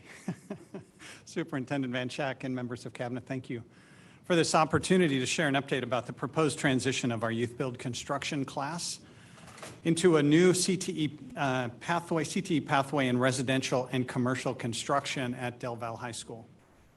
The board was kind enough to invite me to introduce the Youth Build program 2 years ago, and I'm excited to share this next step towards preparing students for careers in the building trades. LVJUSD Youth Build has been operating for the past 19 months through a grant funded from the Department of Labor and financial support from the Livermore Valley Joint Unified School District and local community partners. The program's mission has been to equip young adults ages 17 to 24 who have dropped out of high school or who are at risk of dropping out to be better equipped to find jobs in the building trades. Their 6-month sessions have worked to provide industry-recognized certifications in the building trades, hands-on work experience, leadership and life skills, and job placement. During the 2-year programming period, our existing program successfully engaged 63 participants over 3 sessions. Of that number, 28 LVJUSD high school students participated. A majority of those students were from Del Val. And given the Department of Labor's focus on young adults who had dropped out of high school, and considering the age range of 17 to 24, it's understandable that the other 35 participants were enrolled in Livermore adult education. As the grant sunsets and programming winds down, we hope to continue this important work of equipping at-promise students with the necessary skills to find career employment in the building trades. To do this, we're working to launch a new career technical education, or CTE, pathway at Del Val High School in residential and commercial construction. To leverage the experience and resources of the outgoing program, we plan to transition the current construction teacher over to Del Val, to utilize the program's tools, resources, and community partnerships, and to incorporate the trade union's multi-craft core curriculum, or MC3, which was board approved as an A through G recognized course 2 years ago.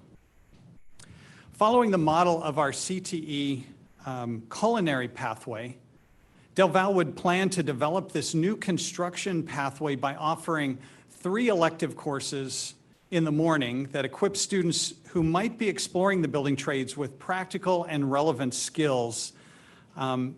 Possible electives could include topics such as an introduction to tools and learning to complete simple home repair, an overview of the various building trades, and construction math, which I like to also call, yes, those are fractions on the measuring tape. These courses would be followed in the afternoon by a more in-depth capstone course designed to use standard industry practices to accomplish more complex construction projects. Career readiness by the California dashboard could be achieved by completing the capstone course plus 1 elective. But even more importantly, we hoped the greatest impact of this transition would be the introduction of building trade skills and experiences to a much larger group of high school students. If we estimate 10 students enrolled in each of the morning classes and 12 students enrolled in the 2-period capstone course, we could project 42 students introduced to the elements of building trades each trimester. Now, while some students may be enrolled in multiple courses, over a 2-year period or 6 trimesters, we might estimate that 100 or more different high school students at Del Val would experience some level of exposure to the building trades through our new CTE pathway. If we add in students concurrently enrolled in welding at Las Positas College, for example, we have 1 already enrolled for this fall, that number would grow even larger. When compared to the 28 students, high school students we've equipped over the past 2 years, you can see how this transition has the potential to introduce many more students to the building trades. With that, I want to thank you for the opportunity to share this overview of our transition plan with you, and thank you for your leadership in helping our students be both college and career ready. Thank you very much. We have no public comment cards. We'll close public comment, and we'll start with Trustee Guzman. Yeah, Yeah, thank you. I remember when Youth Build started here, and you and I had a conversation, and then I also was lucky to see some of Youth Build's projects at Goodness Village. I think it was some of the decks that they were building there for the tiny homes. So that was pretty. I had a moment of pride, I'll just say, when they said Youth Build built it. So a couple questions. I know that this is a plan to create a course or to transition it to Del Val. Is there any long-term timeline, short-term timeline of when the expectation is to potentially get your first set of students enrolled? So the anticipation would be that as Youth Build winds down, it's projected to wind down this fall to end the 2-year programming period. Our hope is to try to be aggressive and start up this program in trimester 2 of this next school year. Okay, and then the other question I had is would my assumption be correct in the sense, like right now, Youth Build participants or students are high school students and also students of Livermore Adult Ed because of their age, that previous age requirements. In this new look, is there the assumption would be that we wouldn't have any students enrolled from Livermore Adult Ed? Right. Youth Build was a very robust, comprehensive program. What we're trying to do is really take, I think, hopefully some of the best, especially the class piece, and try to hold on to that by weaving it into the high school. Most of those high school students were just tied into Del Val, and it's been such a support on our campus. It was hard to lose that dimension. But yeah, what I'm presenting is really just the element that would be connected to Del Val High School, so only high school juniors and seniors. Okay. And then final question would be, I know that there's a lot of partnerships and collaborations with community organizations and such. Are we able to continue those at Del Val? I would certainly hope so. I'll be working to see if we can keep many of those in place. They've been a great resource to the students, especially getting hands-on experience off campus. Okay, thank you. Thank you. Trustee Wong. Hi. You know, I'm a big fan of Youth Build, and I show up as much as I can. Besides adults no longer being part of the program, are there any other major differences between the Youth Build version of it and the Del Val version? Yeah, the Youth Build team is great, and they provide, again, as I mentioned just in that overview, I'm really focusing on the construction class, but when you add in the work that they did at Habitat for Humanity, the community partners, the life skills, job placement in particular, some of those we can see how we can replicate. We have some resources on campus. We're exploring some other ideas. But really right now, I think the focus from a Del Val point of view is how can we continue to have our young adults experience this training and really maintain some of the unique aspects of Youth Build when it came to industry recognized certifications and the connection within the trades, which I think will come back to a lot of the community partners. So it sounds like you're saying the list you made earlier, those are things that may not be part of this, the job placement and all of that. Correct. Okay. Yes. At least my proposal, yes. Okay. And then just a last question. I love the idea of potentially introducing it to more students. Will there be a cap on the number of students who can participate? Only the standard cap we'd have on classes themselves. I think when it came to the capstone class, we might have ratio limits as Youth Build did. I think Youth Build was limited to 14-1 in a classroom setting, and I'm sure we'd probably be limited on that. But the other elective classes, we're hoping to pull that material out of the MC3 curriculum, so it's still pretty similar. It's just normally at Del Val our classes are smaller, so that's why I estimated based on an average size of about 10 to 12 in the class. Okay, thank you. Thank you, Trustee Wong. Trustee Prusso. I think a lot of the questions that I had were already asked by Trustee Guzman and Trustee Wong. But I just did want to say that what I love about this is that we're going to take from this program, I feel like a lot of the great things that came out of it, and we're going to continue it, and then we're going to offer it to more students. And so I think that that's what I like about this, and also us having a little more control, not being beholden to grant, which I know can be difficult sometimes to sort of fill in all of those holes. So I'm excited to see that we could get, as you know, more students in here, that we're still going to have the skills, they're still going to have a lot of those connections with industry and mentors.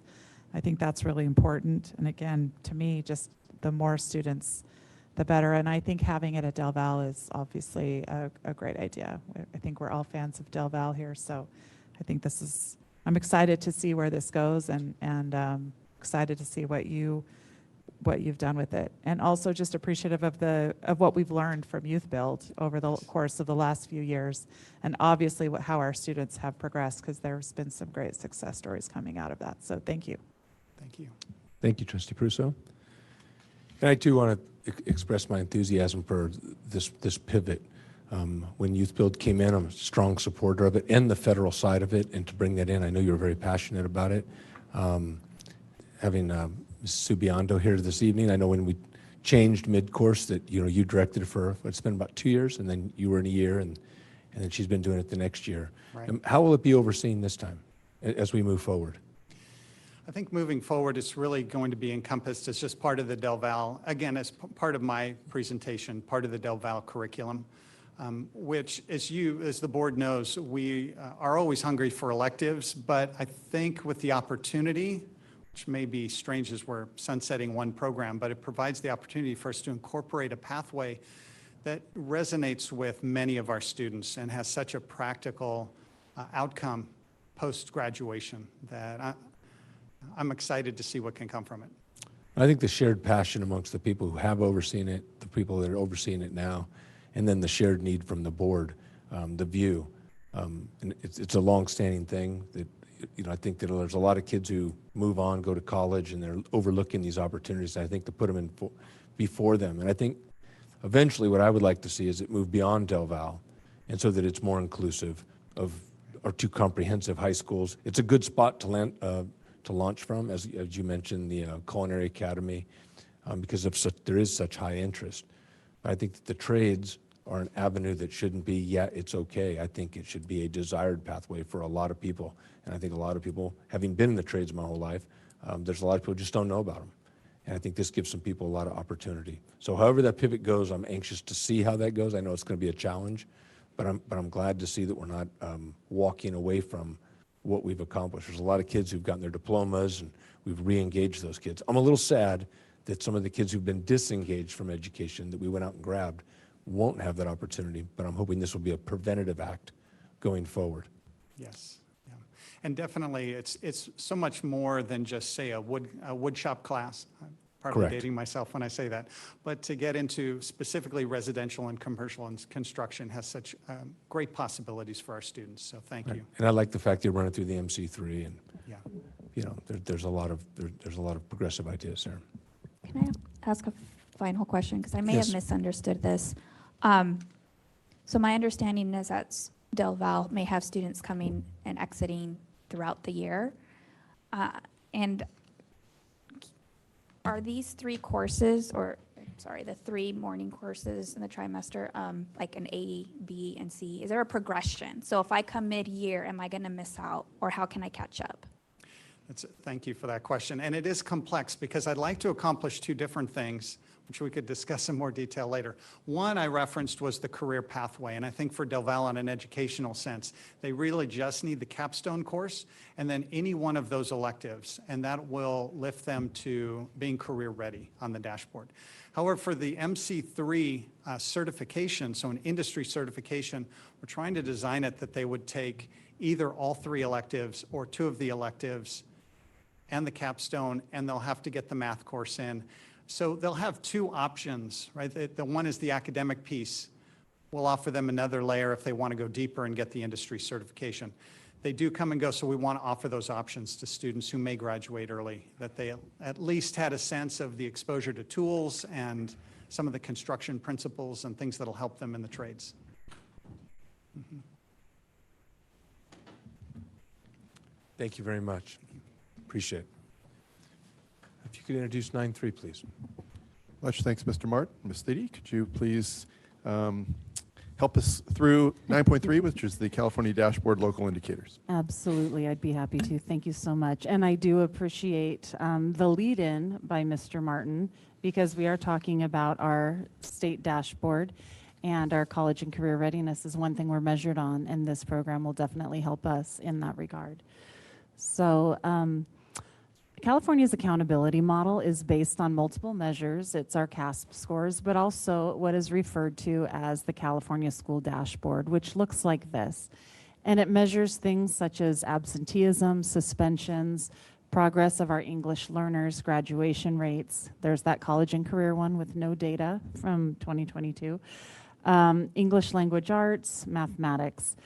And then you see these other ones that are in blue. Those are the local indicators. So what are the local indicators? Those are the areas where data results are not collected at the state level, but the Board of Education, the State Board of Education, approve local indicators based on district collected data. These are the priorities from the state that outline what those areas are that we can collect on, or that we do collect on. We report either that we have met the standard, not met, or met for 2 or more years. And so I'll go over those areas. The first priority is basic conditions. This is where we review assignment of teachers, misassignments of teachers of English language learners, vacancies, students without access to instructional materials, or instances where our facilities do not meet good repair. And I'm pleased to report that we have met this priority. The second is the implementation of academic standards. Again, this is a focus on professional development, instructional materials, our policies and programs, our standards, and our support for both teachers and administrators. This standard is also met. Priority 3 focuses on parent engagement, which you're going to hear a lot of these things again through the LCAP later this evening. Focusing on surveys, our district regularly seeks input from parents and guardians to help us in making district-wide decisions that impact teaching and learning, facilitating participation in multitudes of programs, and developing, reviewing, and revising and monitoring our LCAP.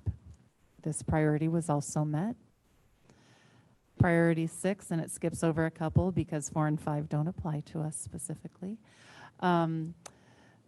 Pertaining to school climate, our district does administer climate surveys, Panorama twice per year, and the California Healthy Kids Survey every other year. And these are provided to our students for their direct feedback in addition to our LCAP survey. Overall, our students report feeling a sense of belonging and having positive relationships with teachers. It's always a goal for us to improve on that. We always strive for improvement in everything, and that priority is also met. And priority 7, access to a broad course of study. Our district does measure our progress to the extent to which all students have access to and are enrolled in a broad course of study. We examine adopted courses aligned with education code for grades 1 through 6 and 7 through 12. And we examine the programs and services to provide support for our unduplicated students and individuals with exceptional needs. This priority was also met. Our next steps, this is just an information item, but our next step is that the results of our local indicators will be provided to California Department of Education, and they will include them on the updated district's California dashboard. And that information will then become public in the 23-24 school year on the California Department of Education website. And that concludes my presentation. There is a requirement for us to present information regarding the local indicators on the same night that we bring forward the LCAP for your approval. And so this meets another one of those required items for our LCAP, but I'd be happy to answer any questions if you have any. We have no public comment cards, so we'll close public comment. And if any of the trustees have any comments or questions on this. Trustee Wong.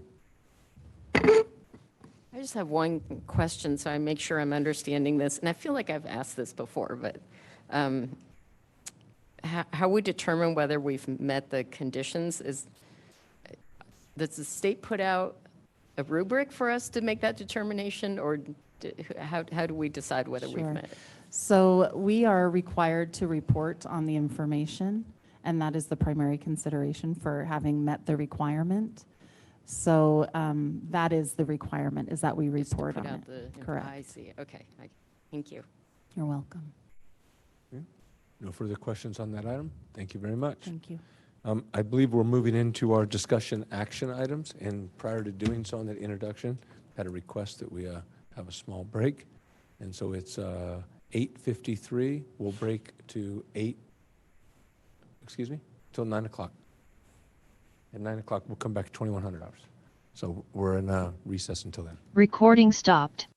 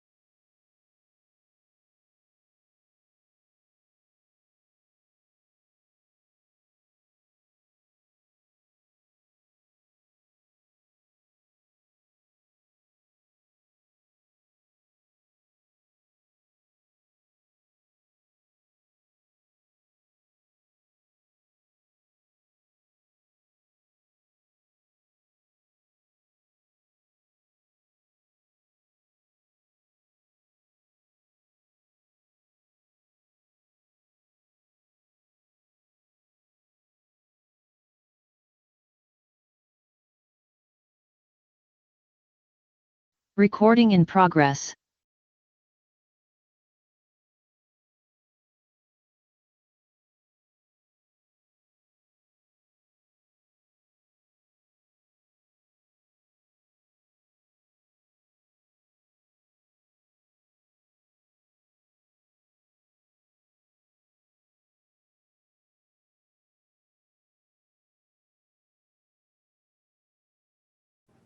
Okay, we're a couple minutes late, 22:04, reconvening general meeting for today, the 20th in June. And Mr. Van Schack, we're just beginning section 10. If you'd introduce 10-1, please. I certainly will. We have a number of course descriptions to bring to the board this evening, and they will be described to you by Melissa Thiede. Thank you, Superintendent Van Schack. Yes, we have 5 courses for your consideration this evening. I'll start with the first. The first is a ELD, or an English Language Development newcomer course. It is designed for students who have been in the country for less than 3 years and are scoring a level 1 or 2 on our English language proficiency assessment. And this course is designed to support students in focusing on developing fundamental English language skills, including listening, speaking, reading, and writing, all of which that are assessed as a part of the LPAC process, and giving students the fundamentals they need to be successful in other courses.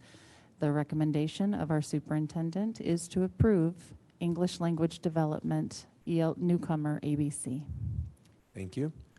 We have no public comment. We'll close public comment on this. Any discussion by the board? Questions, clarifying?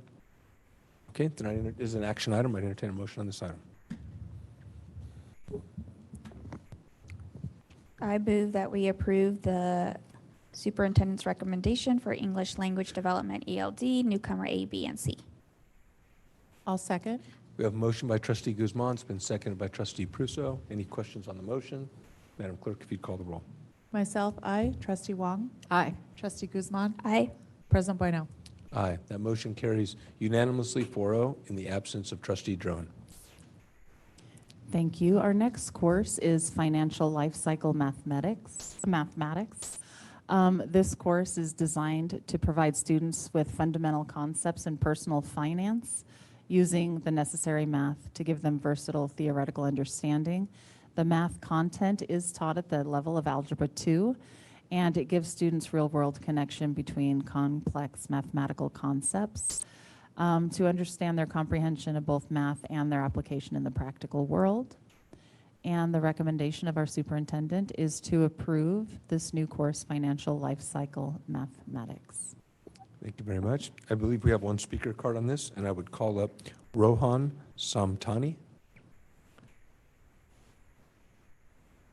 I appreciate your patience. I know it's been quite a long night. Thank you.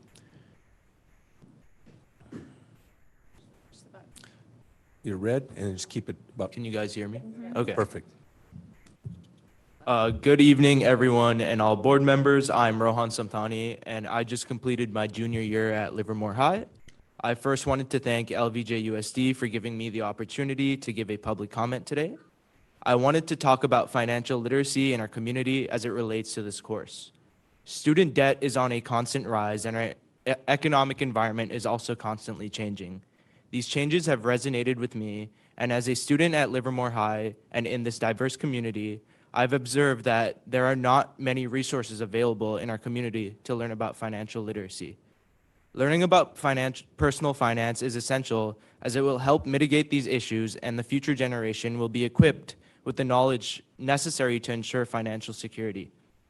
As a result, I, as a student in the school district, decided to propose this course as there are countless benefits, not just for students at our schools, but also future generations. This course will provide an equal opportunity for students at our school to not just learn about financial literacy, but also demonstrate practical application. I also wanted to mention the versatility of this course such that it fulfills the UC math requirement and includes fundamental algebra, trigonometry, and pre-calc topics. Whether it's learning about budgeting, taxes, or credit, the skills taught in this course will benefit all, including students like myself, and ensure financial longevity. I wanted to also thank Mrs. Johnson and Mrs. Mohammed for all the support along the way of this course proposal. Thank you all for your time. Thank you. Okay. We're going to go ahead and close public comment on this. Thank you very much. And entertain a motion. This is an action item. I do want to thank, is it Rohan? Yes. Rohan? Uh-huh. Thank you. I just wanted to thank Rohan for his advocacy for this class. I did get a chance to meet with him with Ms. Johnson and Ms. Mohammed. And I think you just followed all the steps correctly. And I know I'm not speaking just for myself. I'm speaking for every member of the board who are thrilled that this class is come to fruition, because it is, as you said, much needed in our community and in our educational community. So thank you for your advocacy. You are going to go places. Yeah. And with that, if no one else has anything, then I move to approve the financial life cycle mathematics B-cycle class. I second that. We have a motion by Trustee Prusso in support of the superintendent's recommendation on this, and it's been seconded by Trustee Guzman. Any discussion on the motion? Madam Clerk, if you call the roll. Trustee Wong. Aye. Myself, aye. Trustee Guzman. Aye. President Bueno. Aye, unanimous, and thank you very much, young man. Thank you. Okay, next item, please. Thank you. Before I move on to the next course, I didn't know that Rohan would be here this evening, but a very, very interesting news article was shared with me highlighting his advocacy for financial literacy for students and what an exemplary young man he is, and the way he's advocating and doing this great work. And so we are very proud to have you as a Livermore student, and I'll be sharing that article with you, the board members, later this evening.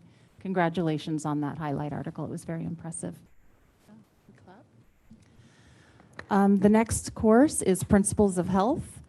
And this course assists students in developing greater responsibility for their health and wellness. Each student learns to analyze and evaluate the root causes of unhealthy behaviors. It focuses on a variety of areas: exercise, nutrition, mental, physical health. And it's available to 11th and 12th grade students.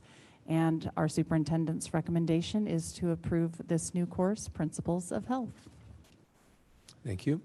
There's no cards. We'll close public comment. And unless there's any questions or comments, I'd entertain a motion on this.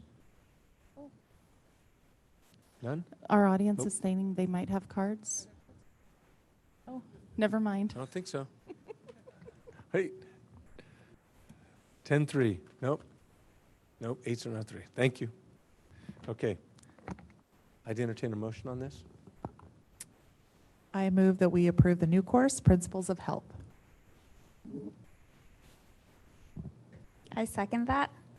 So we have a motion by Trustee Prusso in support of the superintendent's recommendation on this item, and that has been seconded by Trustee Guzman. Any questions on the motion? Madam Clerk, if you'd call the roll, please. Myself, aye. Trustee Guzman. Aye. Trustee Wong. Aye. President Bueno. Aye. That motion also carries 4-0. It's unanimous in the absence of Trustee Drone. Okay. Latin. Will you be Yes. doing this in Latin? I'm on a roll. The next course is Honors Latin 2, A and B. It combines all of the curriculum from intermediate course Latin 2 AB. There are, with a third of the literature translation, you can read here, I won't read it to you, but this is for students later in their Latin experience, so we can expand their opportunities. They will build their command of both the Latin and English languages by learning to identify diverse, complex phrases and sentences to become, again, more fluent in both languages and in their translation. The recommendation of our superintendent is to approve Honors Latin 2 AB. Thank you. There are no cards. We'll close public comment. And I looked twice this time. There's no questions or comments. I'd entertain a motion. I move we approve Honors Latin 2, A and B. I'll second. A motion by Trustee Wong, seconded by Trustee Prusso, in support of the superintendent's recommendation on this item. If there's no questions on the motion, Madam Clerk, if you'd call the roll, please. Trustee Guzman. Aye. Myself, aye. Trustee Wong. Aye. President Bueno. Aye. Motion carries 4-0, unanimous, in the absence of Trustee Drone. Thank All right. you. This is the final course I will be bringing forward for you this evening. It's Advanced Agricultural Welding. It's the capstone class in the Agriculture Mechanics pathway. And students who have completed this course have completed the pathway requirements. They have very practical and marketable skills, and they have a mock certification related to the industry, making them very prepared to enter post-secondary welding and metal fabrication preparation programs. So we're excited for this one more opportunity for our students to prepare them for the career beyond their high school education. And the recommendation of our superintendent is to approve a new course, Advanced Agricultural Welding. Thank you. We have no cards. We'll close public comment. Any questions, comments? In the absence of any, I'd entertain a motion, please. I move that we approve the new course, Advanced Agricultural Welding. I second. Thank you. We have a motion by Trustee Pruso in support of the superintendent's recommendation on this item, and it's been seconded by Trustee Wong. Any questions on the motion? Madam Clerk, if you'd call the roll. Trustee Wong. Aye. Myself, aye. Trustee Guzman. Aye. President Bueno. Aye. Motion carries 4-0, unanimous, again in the absence of Trustee Drone. Okay, 10-6, Mr. Van Schack. Thank you, board members. We will begin the next two items, which are the LCAP and our budget. Again, Stevie, with the last presentation for you of the evening. Yes. And the culmination of really a year's worth of hard work. So I know it's with great pride you will review the LCAP with our board and our community. Absolutely. We've had several presentations during this year over the LCAP, and before I get into it, I want to thank these two diehard LCAP advisory committee members who have stayed through the meeting so they could be here for the culmination, this moment that we've worked towards as a team all year, and I thank you both for staying with us. So yes, I am here this evening to propose to you the local control and accountability plan, including the budget overview for parents, the 23-24 LCAP annual update, the action tables, instructions, and the 2023 LCAP federal addendum. As we've mentioned on multiple occasions, the LCAP is intended to provide accountability and transparency to our community, and it is a part of our local control funding formula. It is updated annually, and it reflects input from parents, guardians, students, staff, and our community. As a quick overview, once again, the focus of the LCAP is on our unduplicated students who are identified as low-income students, our English learners, and our foster youth. Again, it's a part of the local control funding formula. It addresses how we will focus on our state and local priorities, has goals and measures to monitor progress, as well as action steps and budget amounts. The LCAP for LVJUSD has 3 specific goals aligned with our state's priorities. The first is to increase the percentage of students who graduate college and/or career ready. Grateful for the 2 programs we discussed earlier this evening that will help us in that regard. The second goal is to provide an engaging, clean, healthy, and physically and emotionally safe environment. And the third is to enhance parent-community engagement and communication.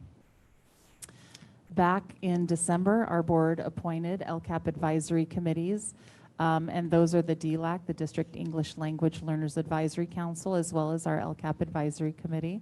Again, thank you to our 2 members who have stayed with us this evening. So process and the steps. The public hearing was held at our last board meeting on June 13th. We offered the opportunity for our community, once we shared the LCAP draft with them, to ask questions. We posted the questions as well as the responses to those questions on the district website.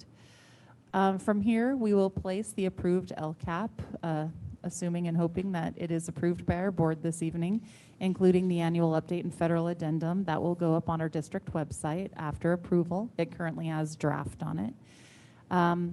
And once all those steps have been completed, we will submit our LCAP to the Alameda County Office of Education, and they will then review and approve it.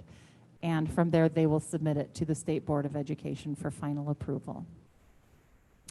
So the recommendation of our superintendent is to approve the Livermore Valley Joint Unified Local Control and Accountability Plan, including the budget overview for parents, the 23-24 LCAP annual update, action tables, instructions, and the 2023 LCAP federal addendum.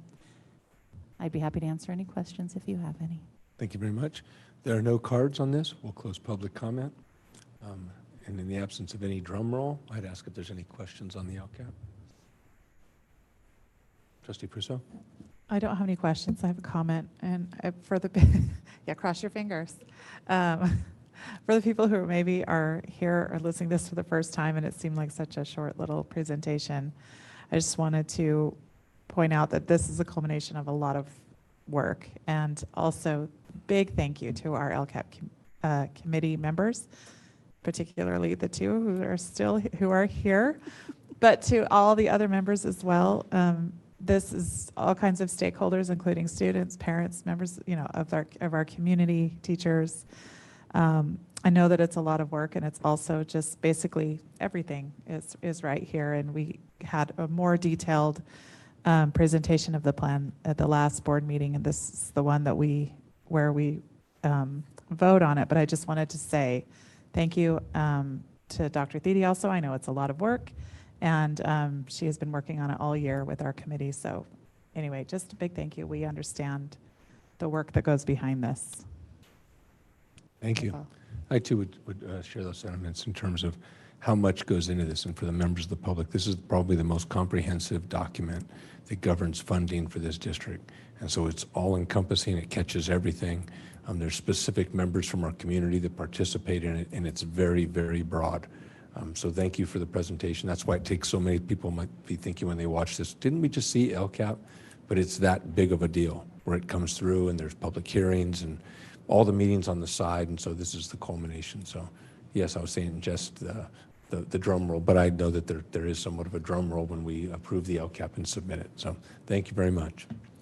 Without any further comments, I'd entertain a motion on this item.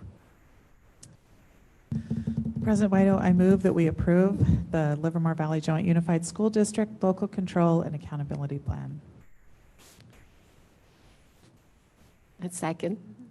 We have a motion by Trustee Prusso in support of the superintendent's recommendation on this item. It has been seconded by Trustee Wong. Are there any questions on the motion? Madam Clerk, if you'd call the roll. Trustee Guzman? Aye. Myself, aye. Trustee Wong? Aye. President Bueno? Aye. The motion carries 4-0, which is unanimous in the absence of Trustee Drone. Thank you very much. Fabulous work and fabulous presentation, Ms. Thede. I thank you for your diligence this evening. We're going to hand off now to Teresa Fiscus. She is Assistant Superintendent and oversees business services, and she will present the 2023-2024 budget. Good evening, President Bueno, members of the board, Superintendent Manshak, and Cabinet. Tonight, I'm here to present information on the 2023-2024 adopted budget for board approval. As you may recall, at the last board meeting, we presented information on the budget proposal for the public hearing. The public hearing was held to allow the public the opportunity to express any concerns regarding the budget proposal. At that time, no concerns were expressed by the community. Tonight, we are bringing you the same budget information for board approval. Because the information has not changed, I will move through the slides rather quickly.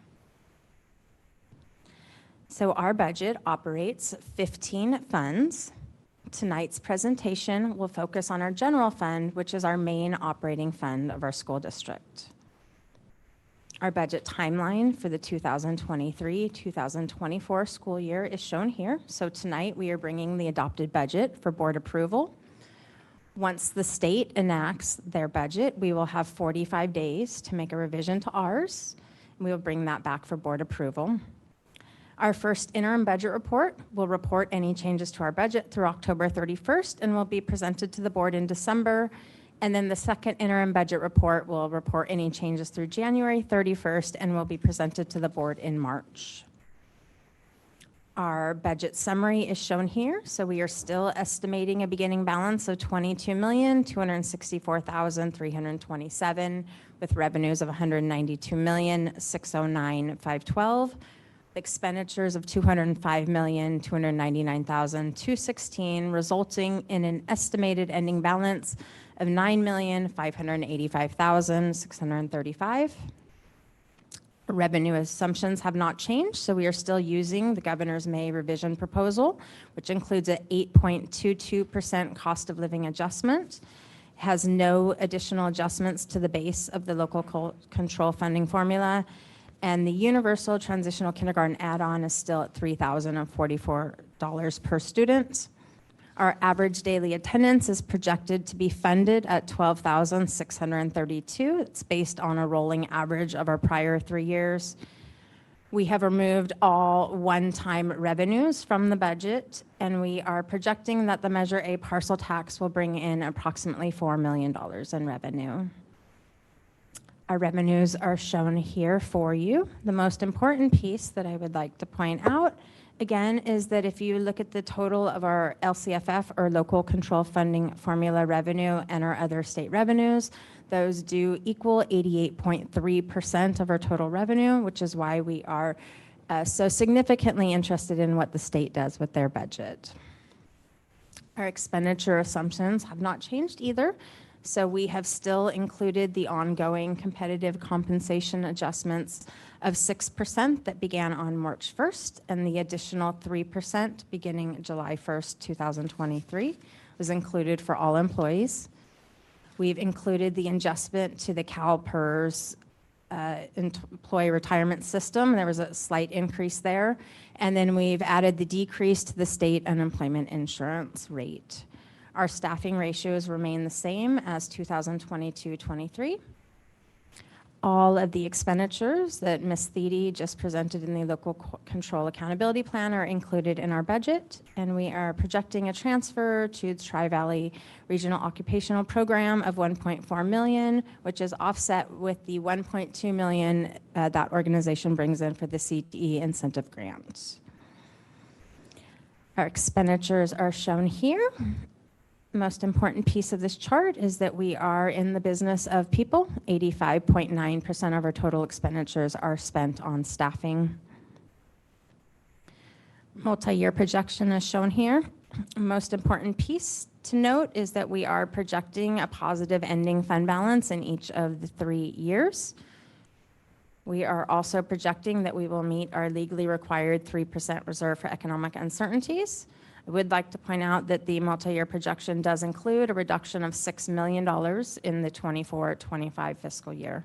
That is a planned reprioritization of our budget. The next steps are once the state budget details become known, we will incorporate any changes into our budget.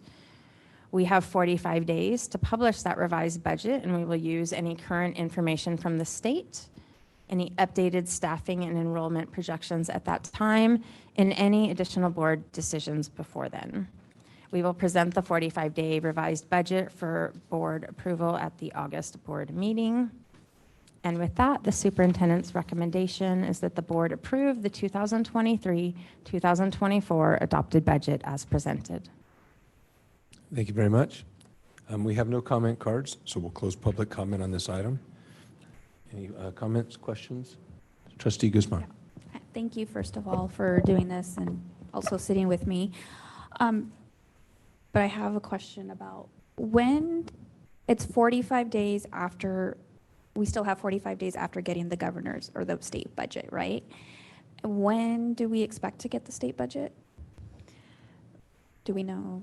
We don't know the exact date, but we do expect that it will be prior to June 30th. The state is required to enact the budget prior to that, or they don't receive their pay. So since that has been enacted, they have adopted the budget prior to June 30th each year.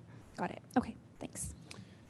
Do we anticipate any change in that, given the declaration of emergency, and have they signaled that in any way?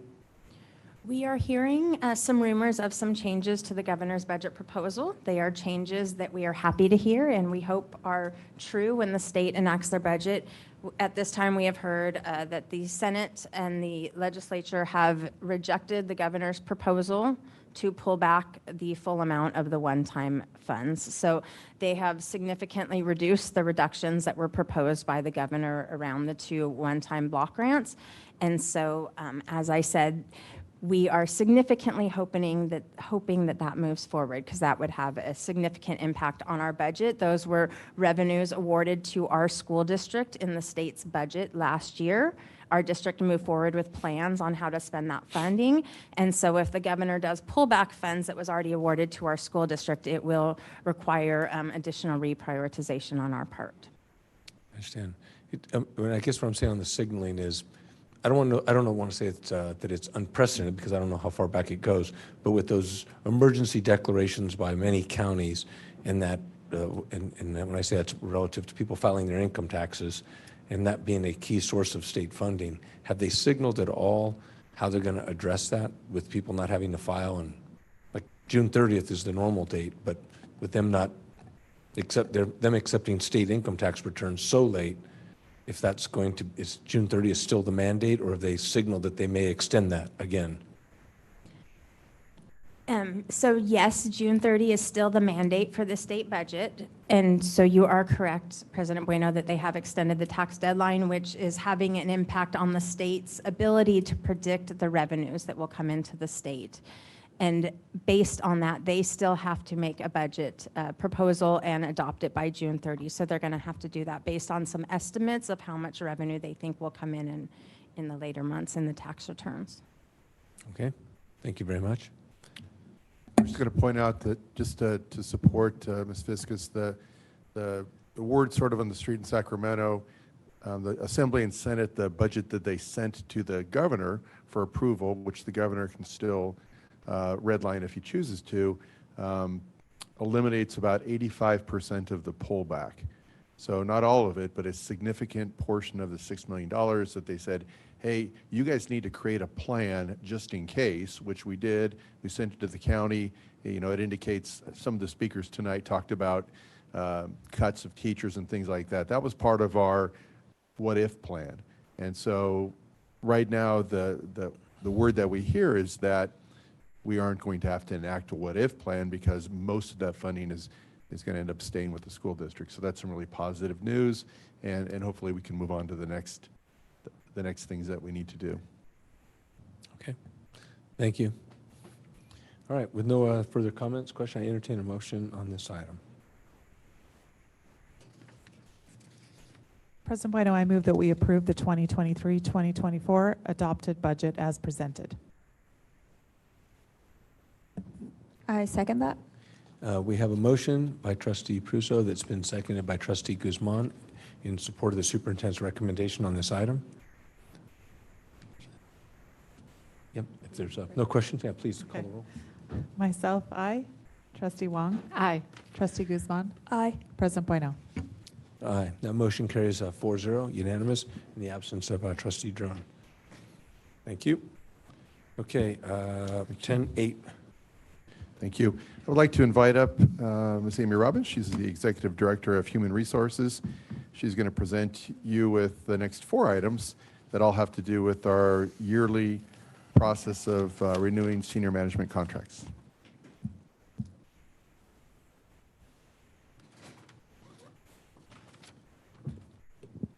Good evening, President Bueno, Superintendent Van Schack, members of the board. As our superintendent said, as we do at the end of each school year, I bring forth the next 4 items. All of our Livermore employees have the opportunity for salary advancements via step and column or the Me Too agreements. And I'm excited to announce the Me Too clause for all employees is going to be effective as of July 1st, and that's a 3% increase. The following agreements that I'm bringing forth this evening are contingent on satisfactory evaluations, and those satisfactory evaluations will allow for contract extensions, step in salary, as well as the enactment of the Me Too increase. I will provide you with a brief summary of each as required by law, and the first one in front of you is the amendment to the superintendent's employment agreement. Based upon the superintendent's satisfactory evaluation for the 2022-2023 school year on June 7th, the term of his contract would be extended for 1 year through June 30th, 2027. The superintendent is entitled to receive a step increase of 3.5% in accordance with the contractual Me Too clause, a 3% increase effective July 1st, 2023. All other aspects of the superintendent's contract will stay in place. With that, if there's any discussion, I would entertain discussion or a motion. We do have two speaker cards on this, and we'll call Marilyn Dykstra.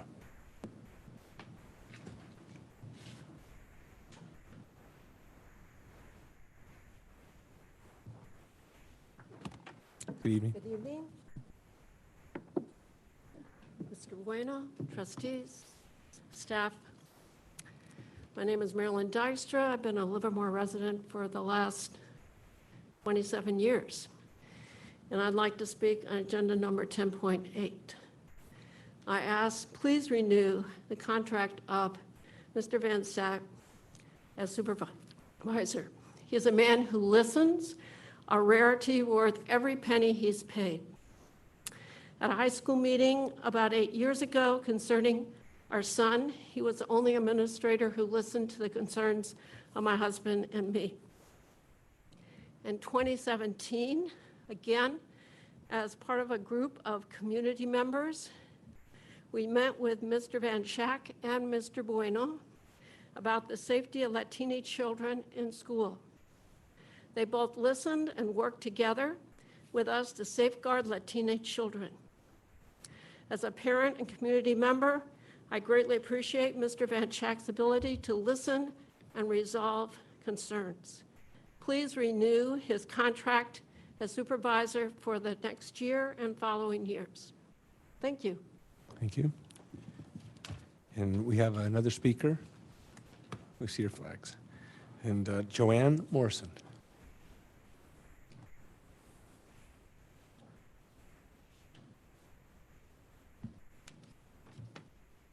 Good evening. Good evening, President Bueno, members of the board, Superintendent Van Schack, and Cabinet. I think you know me by now that I respect each of you and I respect your opinions. I have to say that I'm saddened and concerned when there's division amongst you on an important issue like that of Superintendent Van Schack's recent evaluation. Regardless of your differences on his very first evaluation, I hope you will find it in your conscience to vote in favor of the amendment to his contract. I deeply value the work Chris Van Schack has been doing. He's been working in the district since about 1995, is that right? Yeah. He has been a teacher, vice principal, principal, director of student services, assistant superintendent, and deputy superintendent, all within this district. Like his predecessor, he is not using this district as a stepping stone with aspirations of moving on to some other bigger district. Chris Van Schack is well-liked and has support from teachers, principals, administrators, and the community, as you have observed by the communications you have received. I appreciate that Mr. Van Schack is dedicated to data-driven analysis and outcomes. One of the things he has been doing is putting together a committee to work together to create a plan to address the success gap for our Black and Latino students. This is a problem that plagues, I think, all school districts in California, and Superintendent Van Schack has approached it from a data-driven analysis viewpoint, and he has personally attended hours of meetings on this, I know. This is the kind of person we want to keep in the superintendent position for as long as we can. Frequent changes in top personnel are not beneficial for a district. We need stability and consistency to carry out important measures. I would ask that you please work with him in any area where you feel he may need your help. Please give this careful thought and vote in favor of the contract amendment. Thank you. Thank you. We have no further comments, so we'll close public comment. And on this item, if there's any questions or comments? Questions or comments? Okay. Thank you. President Bueno, I'll move that we approve the amendment to the superintendent's employment agreement. I second. Any discussion on the motion? And Madam Clerk, if you call the roll, please. Trustee Wong. Aye. Myself, aye. Trustee Guzman. Aye. President Bueno. Aye. The motion carries 4-0. In the absence of Trustee Druin. Next item, please. All right, moving on to our next item. This is the amendment of the Assistant Superintendent of Administrative Services Employment Agreement. Based upon receipt of the satisfactory evaluation from the superintendent for the 2022-2023 school year, the term of this contract or employee agreement would be extended for 1 year through June 30th, 2026. The Assistant Superintendent of Administrative Services is entitled to receive a step increase of 2.5% and in accordance with the contractual Me Too Clause 3% effective July 1st, 2023. All other aspects of the contract will stay in place. It's the superintendent's recommendation to approve the amendment to the Assistant Superintendent of Administrative Services Employment Agreement. We have no cards. We'll close public comment, and I would entertain a motion unless there's questions. President Bueno, I move that we approve the amendment to the Assistant Superintendent of Administrative Services Employment Agreement. I second that.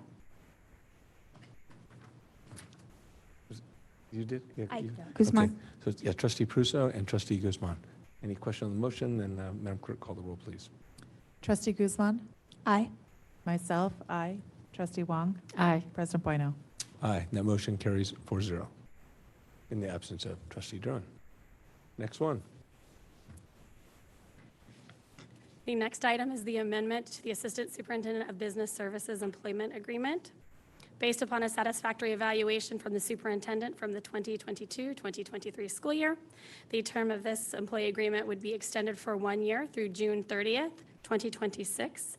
The Assistant Superintendent of Business Services is entitled to receive a step increase of 2.5% in accordance with the contractual Me Too Clause 3% effective July 1st, 2023. All other aspects of the contract will stay in place. And it is the superintendent's recommendation to approve the amendment to the Assistant Superintendent of Business Services Employment Agreement. Thank you. We have no cards, so there's no public comment on this. Any questions? I'd entertain a motion. I move we approve the amendment to the Assistant Superintendent of Business Services Employment Agreement. I second that. We have a motion by Trustee Wong that has been seconded by Trustee Guzman in support of the superintendent's recommendation on this item. If there's no questions on the motion, Madam Clerk, if you'd call the roll. Myself, aye. Trustee Wong. Aye. Trustee Guzman. Aye. President Bueno. Aye. That motion carries unanimously in the absence of Trustee Druin. And our final. Last but not least, the next item is the amendment of the Assistant Superintendent of Educational Services Employment Agreement. Based upon a satisfactory evaluation from the superintendent for the 2022-2023 school year, the term of this agreement would be extended for 1 year through June 30th, 2026. The Assistant Superintendent of Educational Services would be entitled to a step increase of 2.5% in accordance with the contractual Me Too agreement, 3% effective July 1st, 2023. All other aspects of the contract will stay in place.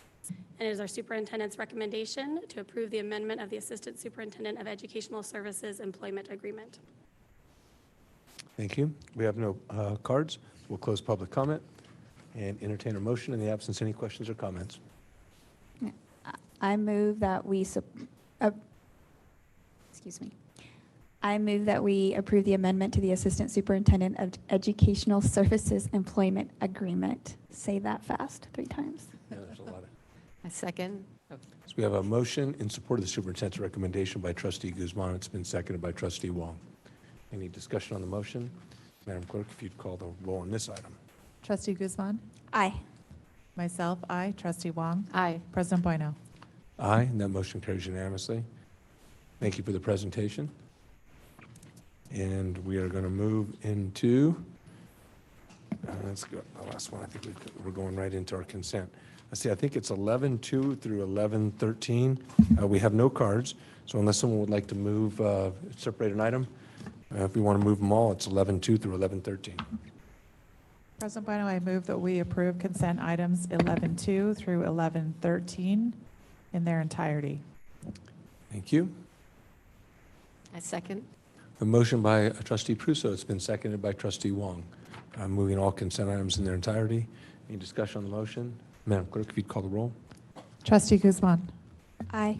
Myself, aye. Trustee Wong. Aye. President Bueno. Aye. Motion carries unanimously, 4-0. In the absence of trustee Drone. And let's see, I think we have 5 tonight. It's 85 through 89 on the consent resos for the current year, 22-23. So 085 through 089. If someone would like to move them all or separate any. I move we approve resolutions number 085 through 089 in their entirety. Oh, 090, excuse me, in their entirety. I'll second. There's a second. Okay. Yeah. Did we have that many? I've only got it through. Oh, it's and. They added one. Okay. So there's 6. Okay. So we have a motion to move the consent resos in their entirety. Any discussion? Madam Clerk, if you'd call the roll. Myself, aye. Trustee Wong. Aye. Trustee Guzman. Aye. President Bueno. Aye. Motion carries 4-0 unanimously in the absence of, again, trustee Druin. And then we're going to go, we didn't remove anything separately, so we'll start with trustee Guzman this evening on our updates. I wish everyone a happy and safe summer. That's it. Thank you. Trustee Wong. That was my update as well. Thanks to all of our staff, our superintendent, assistant soups, teachers, everybody for all your hard work this year. Have a great summer. Thank you. Trustee Pruso. I guess I should say the same thing, but I did want to say something else. I know we've had a lot of people in the last few board meetings, well, for a while now. And I know it sometimes feels contentious, but I just do want to say that I feel really blessed to live in Livermore. And when you go out in the community, which we have a lot in the last few weeks, all of us, graduations, rodeo parade. I got to go to Juneteenth celebration that trustee Wong she ran, yes. She did a lot of the planning behind it. And I think some of the frustrations that we feel here at the board meeting are not representative of our community at large. And sometimes I think it's nice to take a space away from this bubble and go out in the community and see that people are very loving and hopeful and tolerant of one another. So I just wanted to say that as well. Go out and have a great summer and just be around other people and realize that we're all just humans getting along. So that's all I wanted to say. Thank you very much. And prior to ending it on also to just have a good summer, I would like to say that, at my age, I've been in leadership for almost 40 years of my life, and it's at varying levels. And one of the burdens that I always mentored younger guys and gals that were coming into different professions or on different boards was that there's a burden that comes with leadership. And one of them is that most people in leadership are privileged to knowledge that the people around them are not. And so sometimes there's things that happen in process and things like that that people aren't privy to. And one of the things that is difficult in those roles in leadership is to persevere and continue to go forward, looking at process in the absence of criticism that might be by folks that may not understand the process itself. So you always have to be wary of some of those things, and you can't waver and move to the criticism.